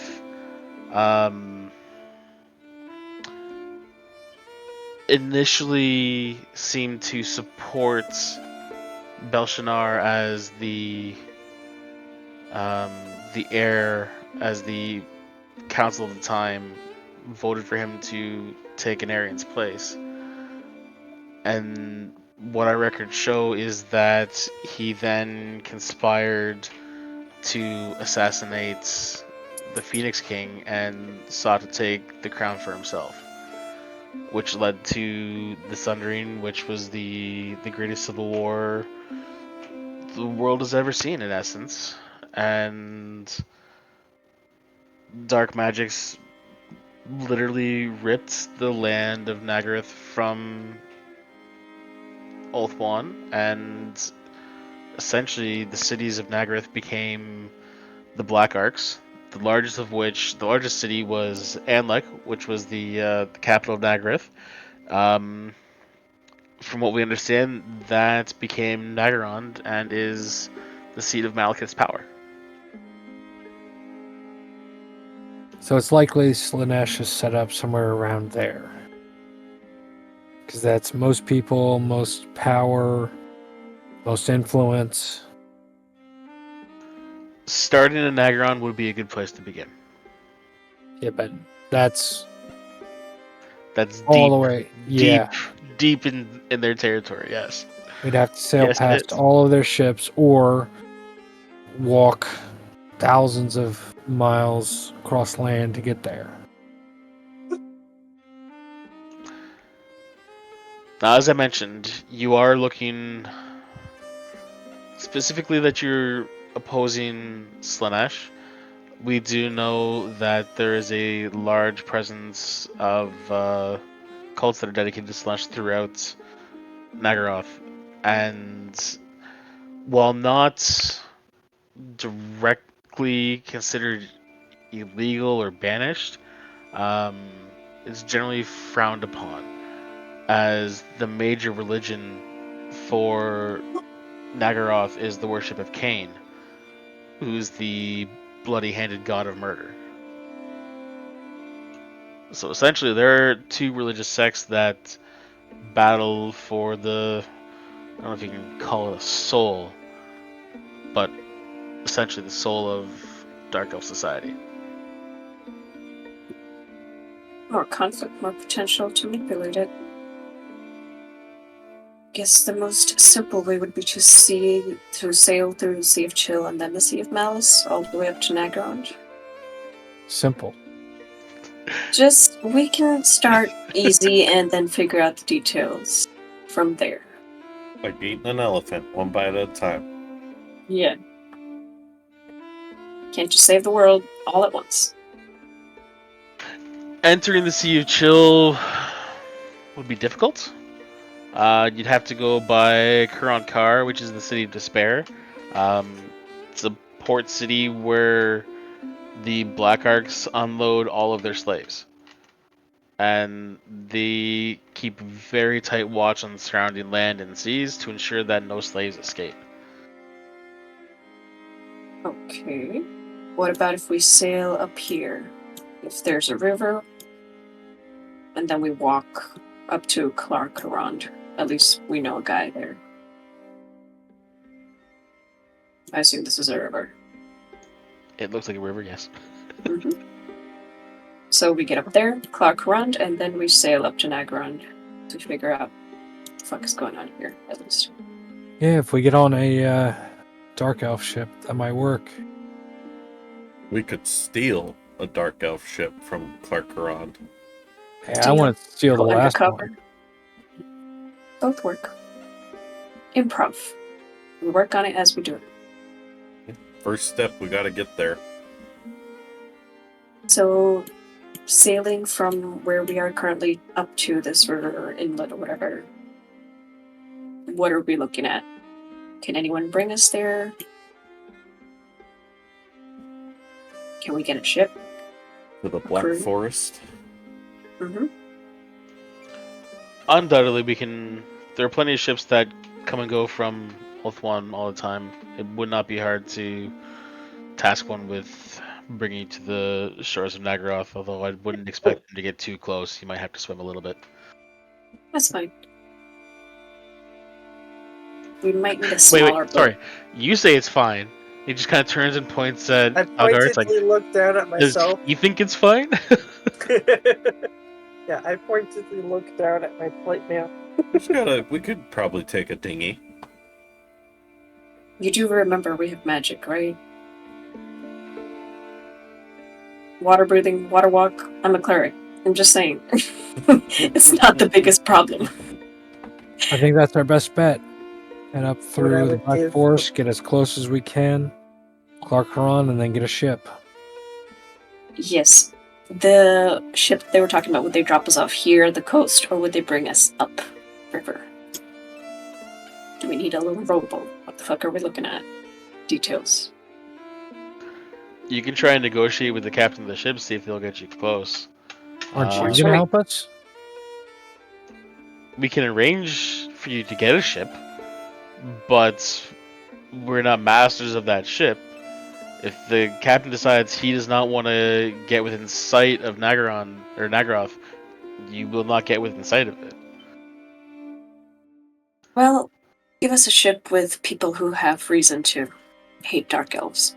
Or plucky crew. Passionate crew with a gambler's mentality. We can work with that. In the meantime, we should discuss our plan. Yeah, how What are we're you going doing to gear what's us up? What supplies and magic items do you have for us that can help us on our trip? Straight up, give me the shiny.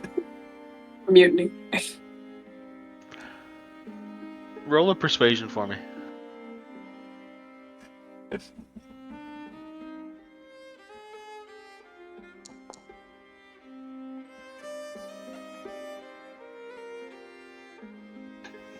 We can give you horses. We can supply you with a boat that should do fairly well heading upriver. We're providing you with a ship, transportation across the sea. So pretty good investment there. As for giving magic items, quite frankly, I don't expect you to survive. I hope you do, but relics that you're asking for are much too valuable to lose, especially and then hand over to our cousins. So We'll you're take what we can get. And you said your god had foresight. Say that again. And you say your god had foresight. Like I said, everywhere we go, the holy people turn us away.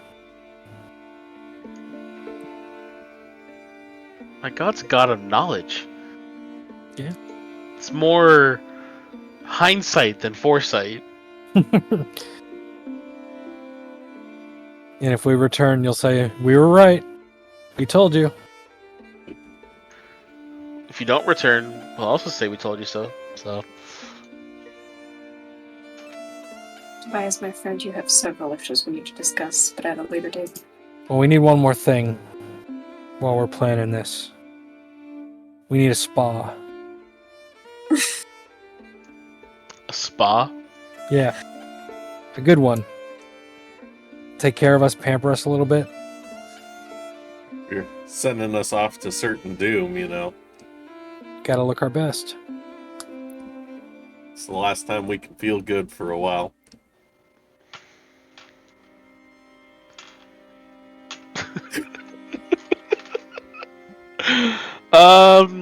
You know what? We can arrange it. Yes, you will have your spa. You will have a bath. You will have each of you will have your own personal masseuse, and you will have all of the wine and food you could think to care for before you leave. Like pigs for slaughter. Lovely. No wine for me. I don't drink, but tea would be very nice. It'll be the finest tea you've ever had. I look All right. forward to it. And then, Be out are of there any weed. magic shops on the way out?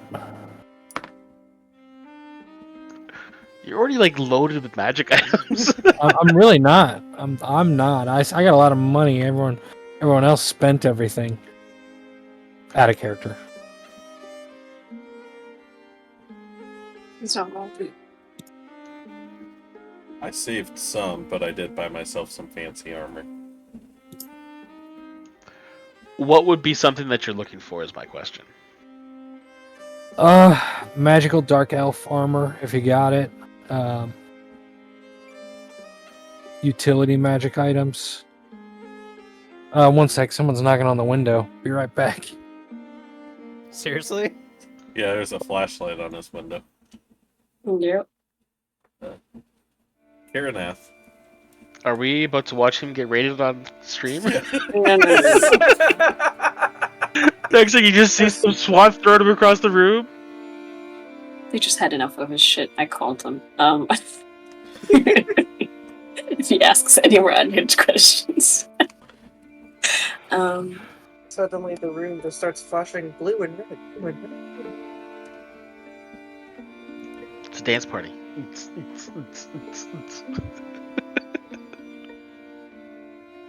Karanath, does the courtesy of your vast knowledge, is that courtesy only extended as to our current cause, or can we request Any information you would like, I can share.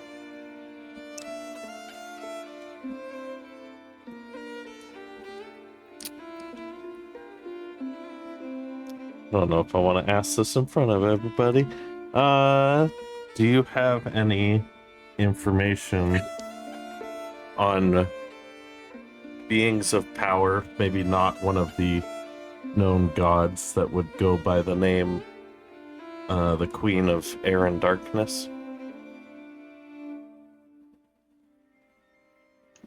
What is it you mean by being of power? It's buddy with the a thing that is able to bless others with abilities they didn't have before. I've heard of things, yes. And you're looking for something specifically referencing a Queen of Air and Darkness? Yes. How much do you know about the planes? I don't think those have been invented yet. I know that some people fly with magical means, but Hey, smartass, roll a history. Well, that was funny.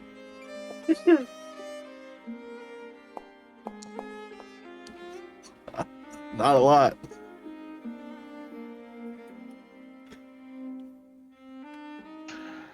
Okay, so to lay a base work so you understand, there are planes of existence that exist beyond the material world that we live in. We inhabit what's called the material plane, which is a place where time is linear and physical beings exist. I can reach out and touch you. You exist. Um, there's also the ethereal and the astral plane, which overlap the material. Ethereal exists as a world beneath of ours. It's almost a realm between realms where lost souls become trapped. In contrast, the astral plane, or often referred to as the astral sea, is something you can see with your own eyes. You look out to the night sky and you see the stars above. That is the astral sea. You have planes that exist for the four major elements, from unending skies of the airplane to boundless depths of the water plane. Beyond those, there are countless planes of existence that mostly exist as realms that house the different pantheons of gods. Um, Most prominent for our worlds is the realm of chaos, which I mentioned before is referred to as the Immaterium. It's the Ether, the Empyrean.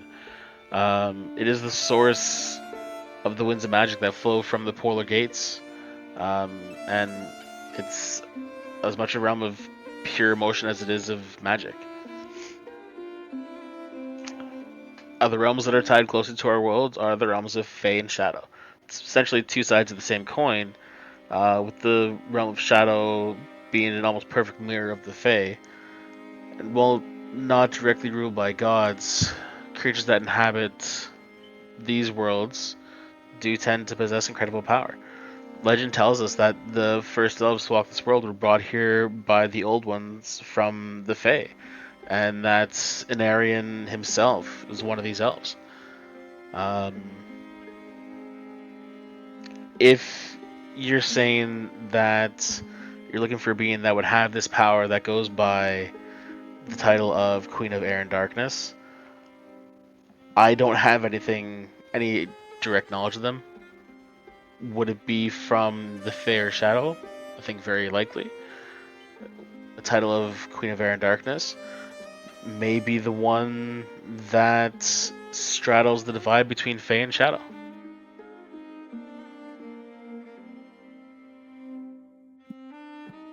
We could do a little research and check people of power from those realms while we're here. As we prepare. Hey DM, I got a question. I got an answer. You might not. So mithril is considered an elven metal that is stupid light.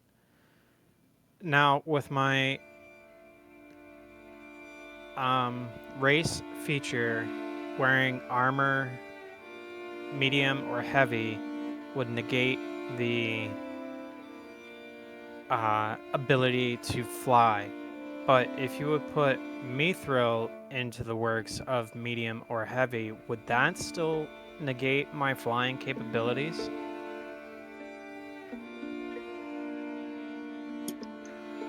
The armor itself is lighter, but it's not necessarily the weight of it that's impacting your ability to fly. It's the design of the armor to give the protection that it has. Impedes your wings from being able to generate the lift you need to fly. Got it. True. Told you I had an answer. All right.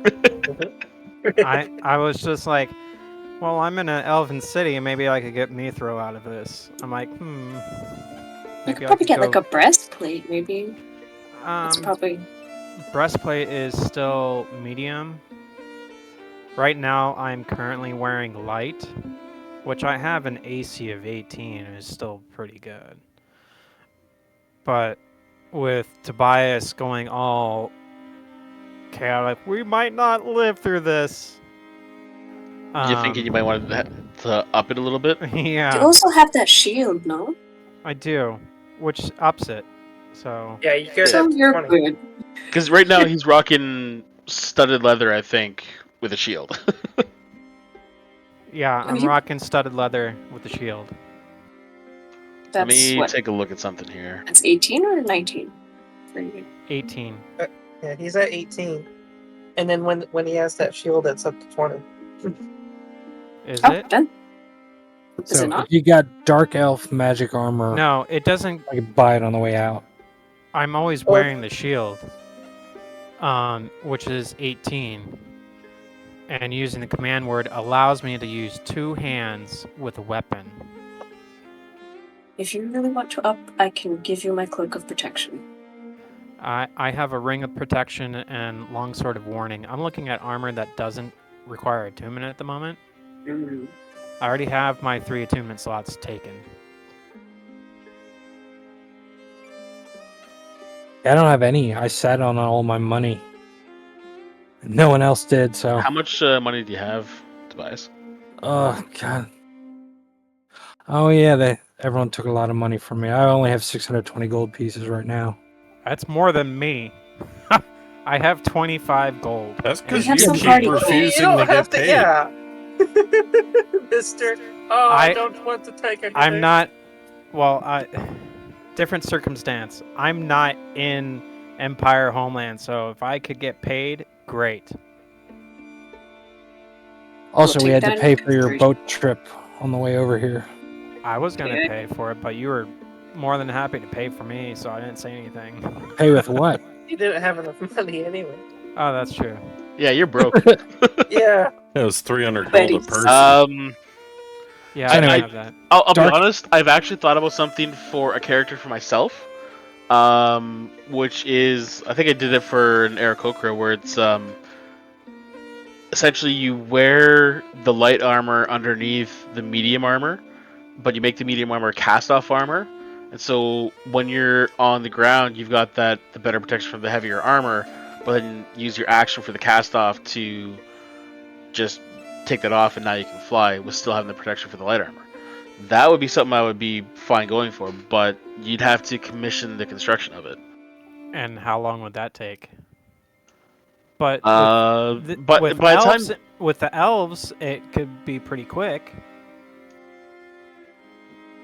except In the elves theory. the elves put as much artistry as they do into form, so they would want it to be perfect for you. So would you be able to get it before you left for Nagaroth? Probably not. By the time you got back, absolutely. It would just So cost. would Nagaroth would be the lightest of the 4? Yes.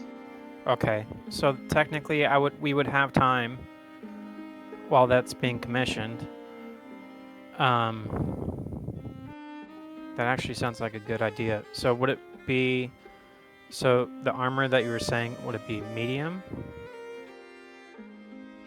Let me pull it up here. Because feel I like could you go. should be able I to could do go like plate. mithril breastplate and still be able to fly kind of situation. If you can get it crafted, Adamantite. it's up to the DM. But mithril probably makes sense. It's light. Breastplate just covers the chest area. It doesn't cover the wings, the legs. Yeah, I'm no DM, but There's I would think Mithril if it was breastplate. it would- Breastplate would probably Because it does the same thing for dexterity, right? Stealth, disadvantage, and whatnot. it would, with the armor that I'd be looking at, it would be mithril plate or breastplate, and have like a little switch to. Yeah, pretty much you like hit a button on your chest and your armor just falls off and you got the light Yeah. armor underneath. Like Iron Man type deal. Yeah. Iron Man going into Tony Stark. Walk up and push the button on his armor right before he gets attacked.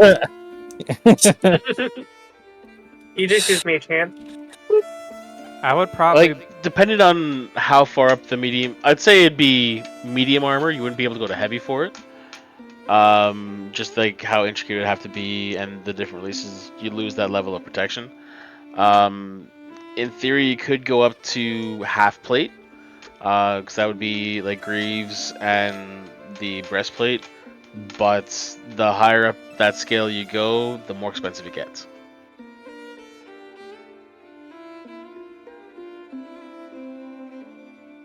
So we got a couple things to ask And around he's about. broke. And you're broke. Now for Tobias, you were looking for dark elf armor. Yeah, dark elf armor, magical if possible. Anything cast off, found in a lost and found box or something like that. Something these elves wouldn't wear, but they just have sitting around. A half plate would seem more reasonable if you look at it, your casting off action. You know. All depends on how much you want to spend. True. Um, Well, I have 9 platinum, 25 gold, 487 silver, and 320 copper. Just change all of that to gold for yourself. Make it easier. so for Tobias,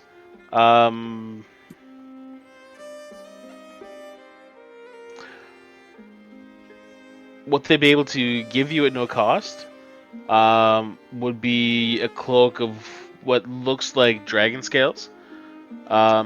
You've seen it before, and that you recognize it on the dark elves that have frequented your father's offices. You know that the corsairs that ply the seas with the black arcs, they're often wearing a cloak such as these, and it's a sea dragon cloak. Give you +1 to your AC against shooting or ranged attacks, I'll take it. and they'll do that for free. I'll write up a homebrew item for it for you. Sure. Is there anything else you'd be looking for that you'd want to buy? Just minor utility magic items. I can get Same here. creative if you got just a short list. Okay. Yeah, just send me a list. We can look at between sessions. Sure. Figure it out that way. Beads of water.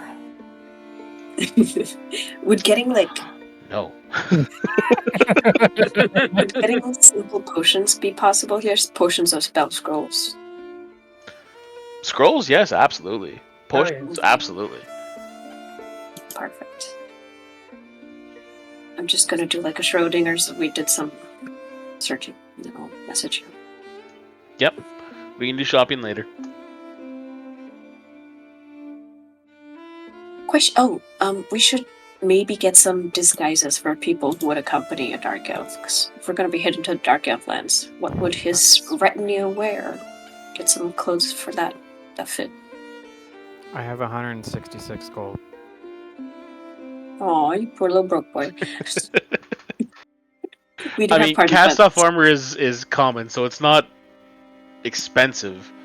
It's also how much do I like Hunter. We'll figure out the cast off armor and what it would cost you. Maybe it's like you put a down payment on it, whatever.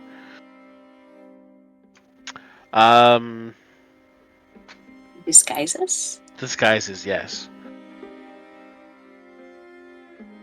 The dwarf is going to be hard to disguise. I pointedly looked down at myself. I figured Look at that one. everyone else. I figured that one. What about everybody else? Instead of manacles, we could make him look like a prisoner. So if you want him in manacles, then you want him going through some of the most dangerous cities in the world without armor? Yeah, it's Ooh. not good. I pointedly look at you. This does not come off. He's Oh, very that was- proud of that armor. I can tell just by looking at him. And it is like perfectly polished and cleaned up after getting covered in seawater and everything. Like it is on point. Buffed and shined and We can absolutely work with some disguises. Honestly, I think one of the best disguises for the dwarf is to make him look like one of his dark cousins. Yeah. We can go from. We've actually got pretty decent experience with them. You can go with the newer generations, the younger ones. They're a little more conservative. They still maintain the beard because dwarves and their beards. Typically, they'll have uh, skull fetishes braided in, sharpened teeth, which I'm sure you can do with some kind of like blackening makeup on the teeth. I'm sure it tastes lovely. Or you can go with their traditional look, which is really big hats and skull faces and all that jazz. And I'm gonna look up a picture because these hats are fucking Oh glorious. no, they are amazing.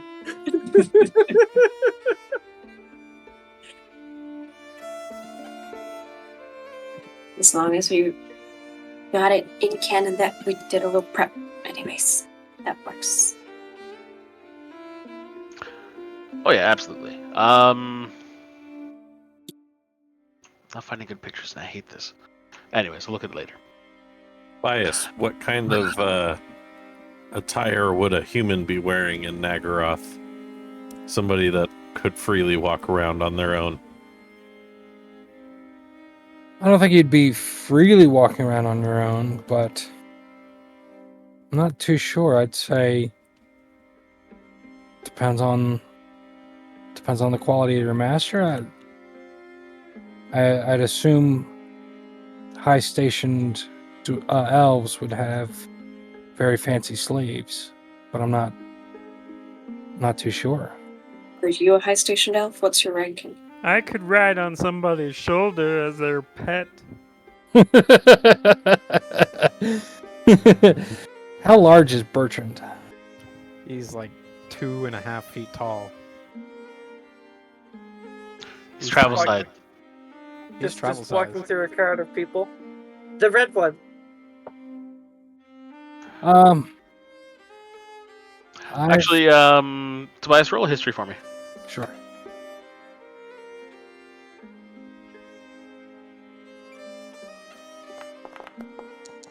I've got a signet ring, but I'm not sure how far it's going to get me.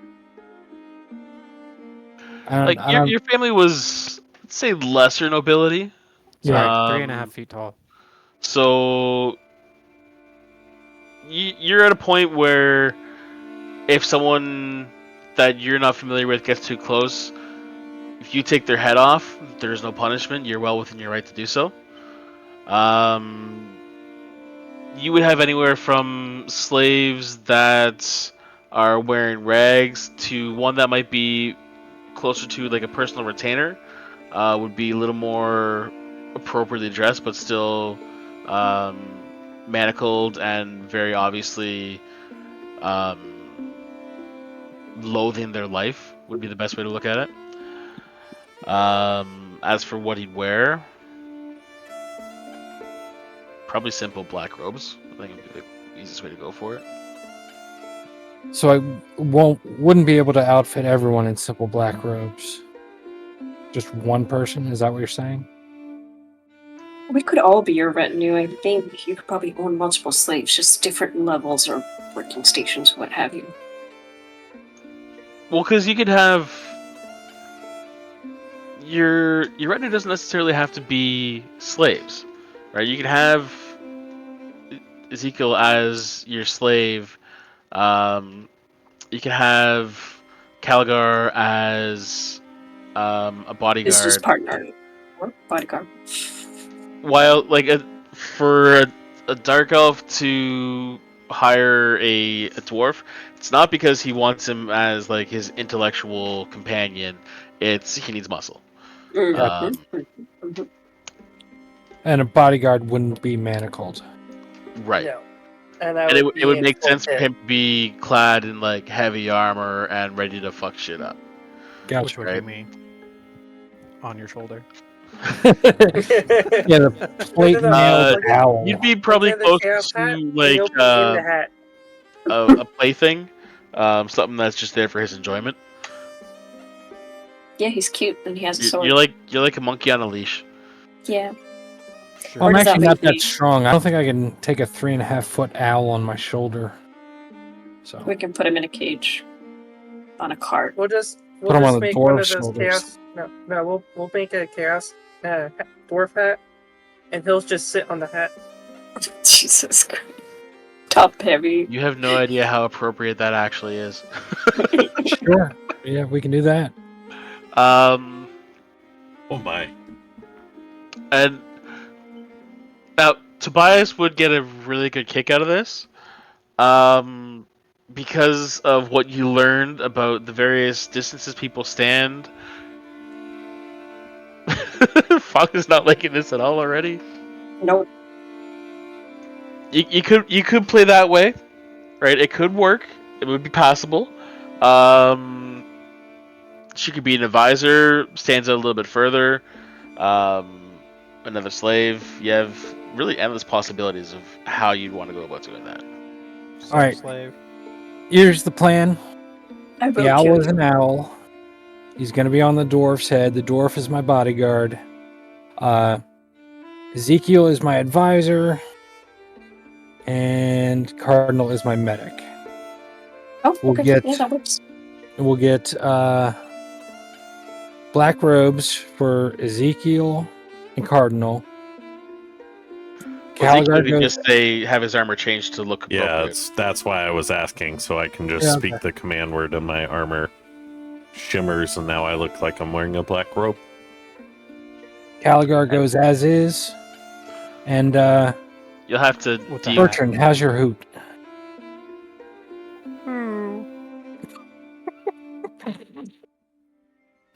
Who?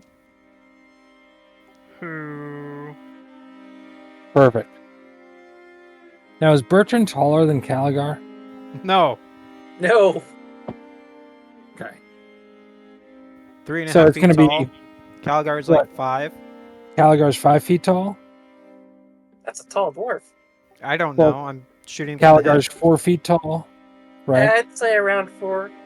Okay. I didn't Caligar's realize got- Bertrand was so tall. Caligar's Yeah, got a that- 2-foot tall hat. Right? And then he's going to have a 3.5-foot tall owl on top of the hat. So what does that give us? Almost 10 feet of dwarf and owl. I mean, you have Calgar as 4'8", so he's almost 5 feet. Almost. Do I? Yeah. What? All right, I think that's the plan. And I'll ask the lore master. I don't know if we've left the lore master yet. Sorry No, for we're stepping probably away. still in his room. Yeah, he's like he's helping you with this plan. He's working through all the details with you. Yeah, I'll say 2 black robes just in case something happens with the magic. The sea dragon cloak is really appreciated. Thank you so much for that. Mr. Lore Master, sir, I don't suppose I could commission a mithril half-plate armor. Now I could probably just give you all my gold as a down payment, and hopefully get some more on my way back. But I'm looking to provide more protection for the more harshest journeys to come. We can send word to the Adepts of Vol. If you have an idea in mind and design, I'm sure they can come up with something for you. Pretty much And- the photo that's in the minus the crown.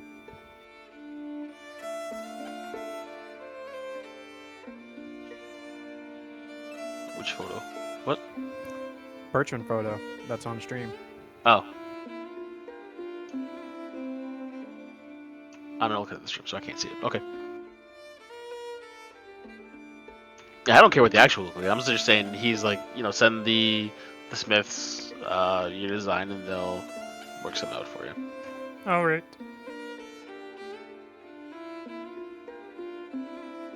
In that case, we should secure our ship next and our captain. our spa first. Have we hit the spa yet? No, we're still in You've the not room. hit the spot yet. You're still in the audience chamber. Okay. I probably want to prep the ship. Might take a while. What I would Yeah. give for a Dowie Thunder Barge right now. A what? A dwarven ship that goes boom.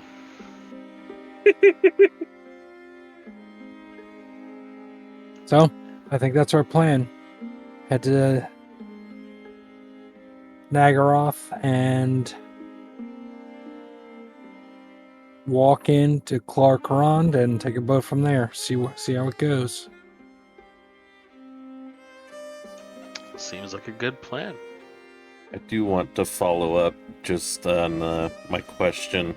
Where would be a good place to find more information on beings of either Fae or the Shadowfell realm?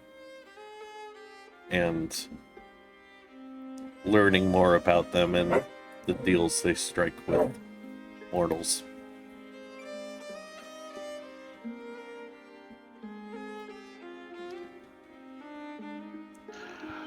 If you want to go, honestly, the best place to learn more about the Fae would be to go to the Fae.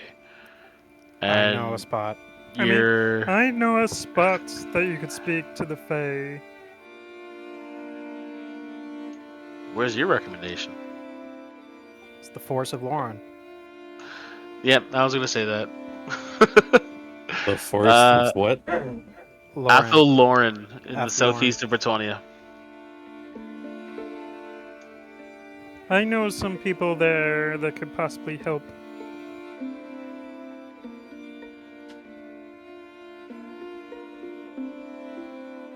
I need to look up your history for a second.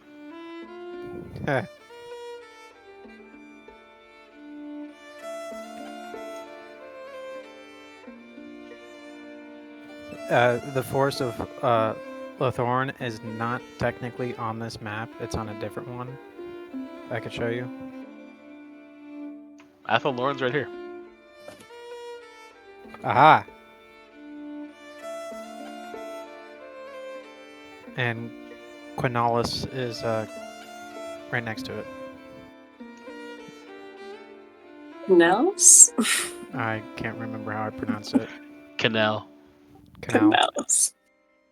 Isn't that like a fucking pastry? It's French. Yeah. Yeah, you must say it with your French accent. You go to Canal, eh? Where's Kai Venom when we need her? Oh, I'm glad she's not here because she would hate me for that accent. The only thing that makes it worse would be like you get the squinty eyes and you get the hand going too. You ask for the poutine?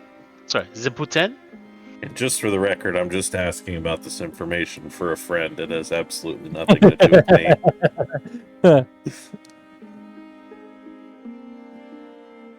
The only word I know that's French is my last name, which is, if you pronounce it in like the French accent, it's Savoy rather than Savoy. That's it. That's all I got. You've never heard C'est la vie? Yes, words I know.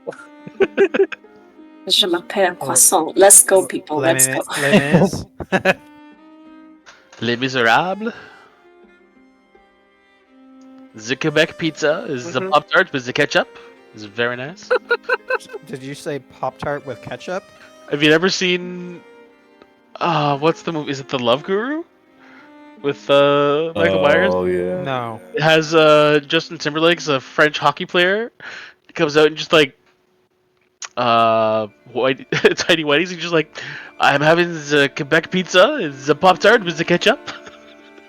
That's disgusting. It was not a good movie. No. None of the ones you mentioned are, but This one essentially put Mike Myers' career on hold for like a decade. Yeah.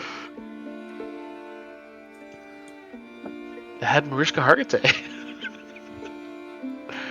Now, Ezekiel, if it's the Fae that you would like to speak to, I know some folks that could help you with that question.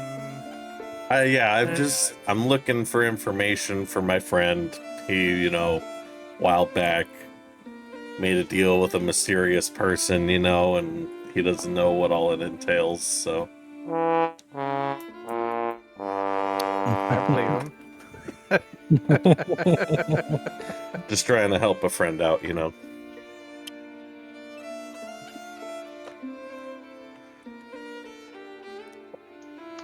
All right. So as for securing a ship, Actually, technically, natural one's still not a fail. You still need to roll a deception check or a persuasion check, your choice. Don't My tell me what modifier, you choose. even if I roll a natural one, beats yours. I have a +6. So roll it, damn roll it. it privately. Make him happy. Roll it privately, bro.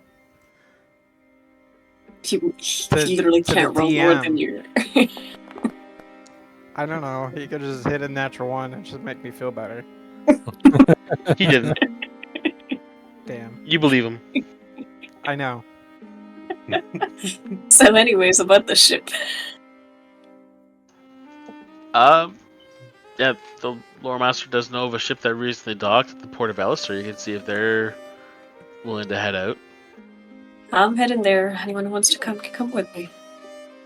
Port of where? Essentially, he's referring to the ship that brought you in, which the captain had mentioned that if you need his services, you can call Port him again. Alistair. Gotcha. Woo! That was the Hoeth's Grace. Yes. On the way there, is there a blacksmith? Pourquoi? What? I Why? don't speak French. Well, He's trying to To commission place his this order. piece. was Oh, the no, the- lore was the lore master doing that, or did I need to? No, they would send word because the smiths that he's referring to are here. Oh, okay, got it. Got it. And you are here. Okay, okay. Got it. Got it. Bel Uthler the Radiant. What a good captain. Yes. I've heard good things about him. I totally Oh, remember God. his name, too. He's gonna charge us so much money again. Well, wait, but, you know, the Hoeth's Tower assisting Cal- us. Calgar technically saved his life, so we should get a discount. I think the We lore can master's mention going to pay for our way. Yeah, they're essentially just giving you the ship. Oh, really? Can we rename it? No. They're not giving us the ship. They're Oh, chartering it for us. Yeah, like that. The ship itself is older than all of you combined. Yeah, makes sense. So we got to hit the spa on the way out. What? Never mind. Capitão. Okay, so you want to go to a spa. In the city of Hoeth. Oh no, he's just gonna make one in the tower for you. Oh, okay. That'll work. he just snaps his finger. Oh, poor Richter. No, I am doing It's what like I have It's been like doing Harold, all week, and that is just I'm gonna pull up a picture from an AI generator, and this is what you get. It's like Harold. Like I like the cast sending. Yeah, but that's even more random. This is just a spa day. And Richter hates the shopping trips and the menial stuff. He wants to get to the stibby stab.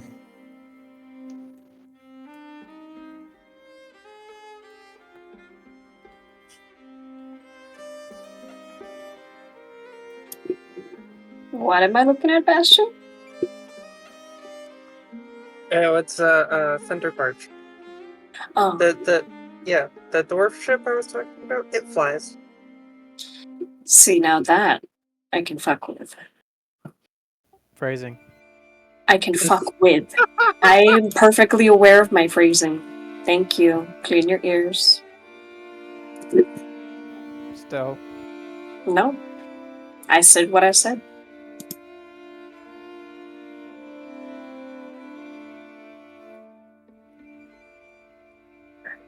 See, I don't mind doing all of this stuff to, like, immerse you guys in the world. Just hate the amount of time it takes me to do it. No, Which part? I'm putting this picture of this freaking spa into the game for you.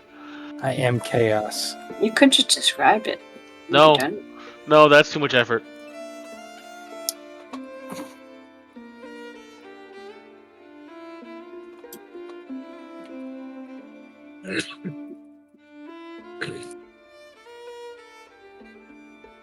So, you guys are gonna have to pretend to be my slaves.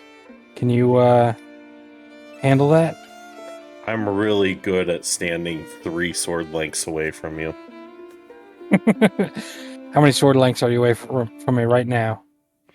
3. 3? Okay. Good. 3.5. You I kind of drifted a little bit. did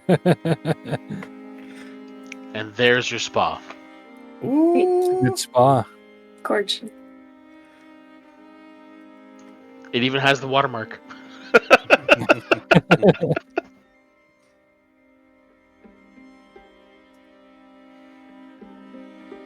Matches with the music in the background.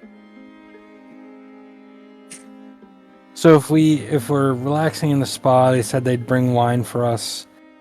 I would like to ask to either the masseuse or the beauticians to either wash out the dye in my hair, or if that's not possible, dye it black.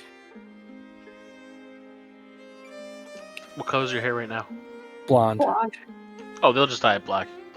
Okay, that'll work. Do you want like highlights in there? Do you want some lowlights? Do you I want a know, bit of what's- gray to make you a little more distinguished? Like, what are you looking for? What's Underlight. the, Make it what's red. the rage in Nagarond right now? You want all black. Isn't it black and purple? Mohawk. Black and purple is like the traditional.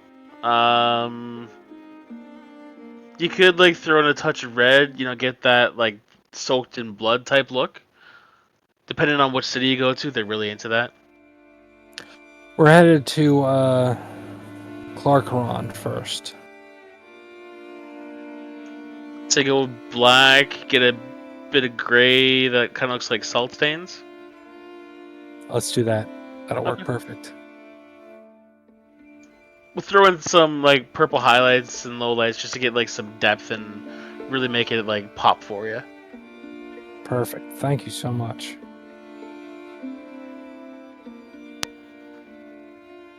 Look at you going all out for your players. I'm just over there getting like a real deep tissue massage, sitting that spot right between the shoulder blades where it's just like, yeah, that's the spot. Roll a d20 for me. Oh, I rolled that private. That's fine, it still works. And not only are they getting like that deep, like real deep into the muscle tissue, because like the elf that's doing the massage for you is like so spindly, it's like the boniest of elbows, and I'm sure some of it feels good, most of it doesn't. It is like they're just stabbing you with like straight elbow. I would like a massage too. Okay. Is there a bird bath set aside for Bertrand? I mean, it's all bird bath. Once the bird baths in it, it's a bird bath. The elf you get, they kind of like, you hop on the table and they're just like staring at you for a minute. They look genuinely confused, and you hear them, like, they lean over to one of their compatriots and they just kind of like mutter back and forth between each other, just speaking in Elvish. And Tobias, you're able to make out what they're saying, and they're just going back and forth like, I've never massaged a fucking bird before. Do you know what to do? I don't know what to do. Like, do you have to get under the feathers? Like, what if you pull a feather? Like, is it hair? Does it pull out? Like, I have no idea. You want to ask him? I don't want to ask him. No, that would be That's so impolite. No, no. Do you just want to like go at it and just do it, or If like you're wondering if I have the same muscles as a human, I technically do. we're more wondering about the feathers. The feathers are fine, they'll grow back.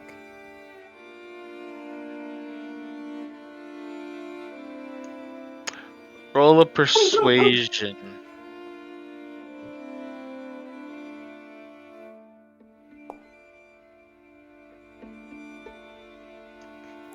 I have a +6 in persuasion, so Yeah. a 10 is still passing. Is it though? You don't know what the DC I was. don't know. True. True. So one, Just be gentle. he's a little burlier. No, you didn't say that beforehand. So he's burly by elf standards. And once you said like the feathers grow back, it's clear he's got zero fucks to give. He's just getting in as deep into the muscle tissue as you can, and it gets to the point like it's almost like acupuncture. You're starting to feel like the pinpricks as like you're hoping unintentionally yanking feathers out as they kind of like some might break.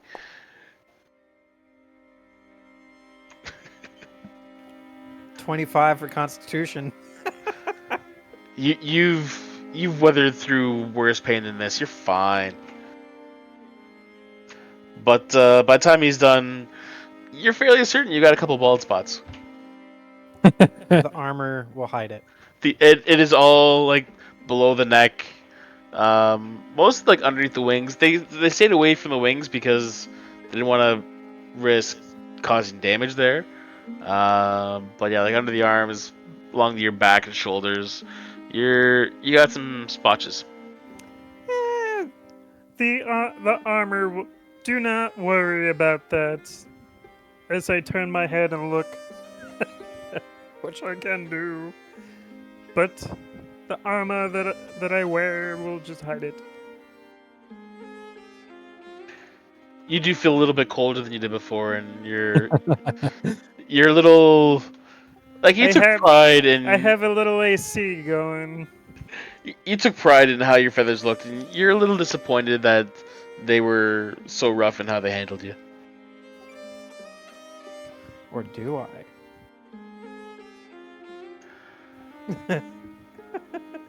All right, I'll say over I to am Caligar. Make sure they do the beard again.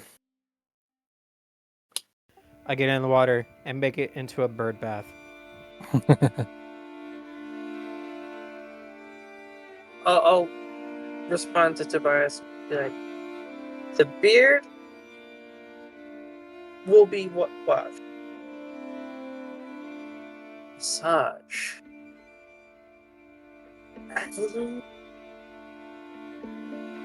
I'm like visibly uncomfortable at the prospect.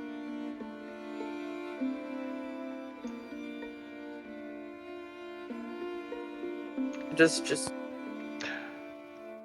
Caligar, roll me a wisdom save.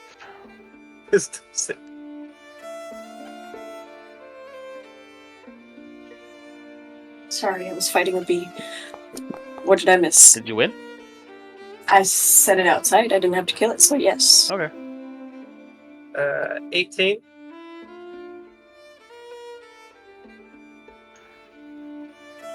When the beard gets mentioned, the only thing that comes to mind for you is the last time you heard about elves touching dwarves' beards. It led to a war that ravaged the old world. Mm-hmm. Which is known to history as the War of the Beard. Yeah. Christ. No, it's a thing. It is straight up the War of the Beard. True story. It happened to a friend of mine. Mm-hmm. Sorry, that's another old reference that Fox won't get. So I just smile and nod. Mm-hmm. But yeah, so Yeah. like they start coming towards you with, like, it looks like they want to like kind of comb it out and make your beard look better. But just the pure rage in your eyes, they kind of back off. Like, okay, we're not touching the beard. But you said you do agree to the massage? I am very visibly uncomfortable at the prospect of the whole thing going on right now. But I don't want to be the one guy who wants to. Oh, I'm in their tower. And if I piss them off, they probably won't let me get out of the tower except via the express method. My friends, you don't have to say yes if you're not comfortable. You could just enjoy a little swim, some relaxation, food and drink. Can dwarves swim? It's a They more shallow stink. pool. We can get him floaties. I pointedly look down at myself. Look at you. Down at myself. Look at you. Floaties? Yeah, it's when they inflate a little rubber tube for kids and short people so they don't drown. Do they not have it here?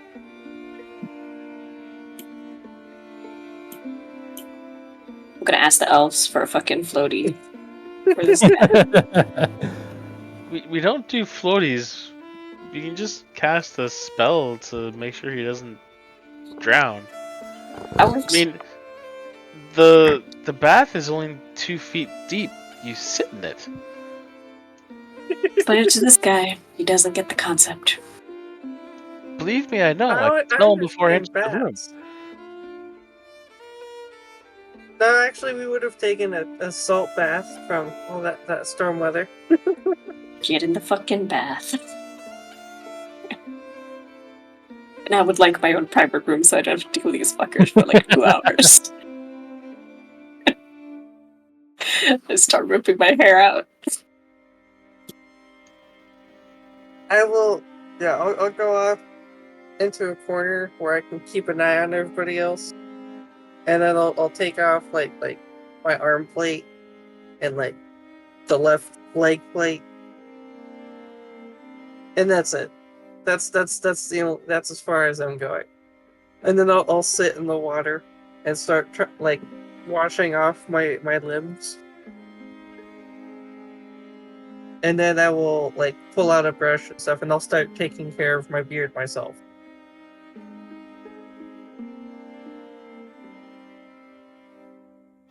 Okay.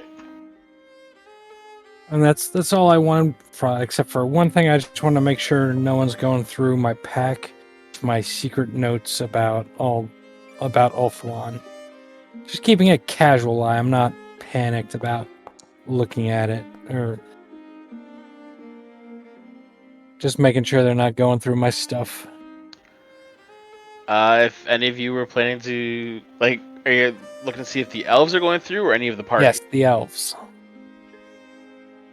Like, it was a long time ago, but I was basically keeping a notebook of all the different things I've seen since getting to Ulthuan. And I'm not like hugging my my pack while I'm in the water. I'm just keeping an eye on it. And I've been trying to be secret about when I write in the notebook. Never out in the open, not during the day, kind of just before going to bed. They're not even paying attention to your bag. They just look at it as Cool. like anything else.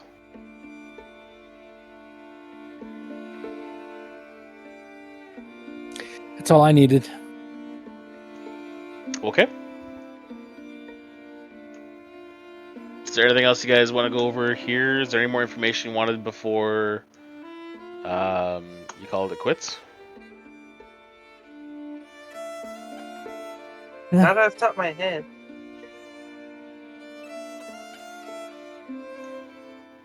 Okay.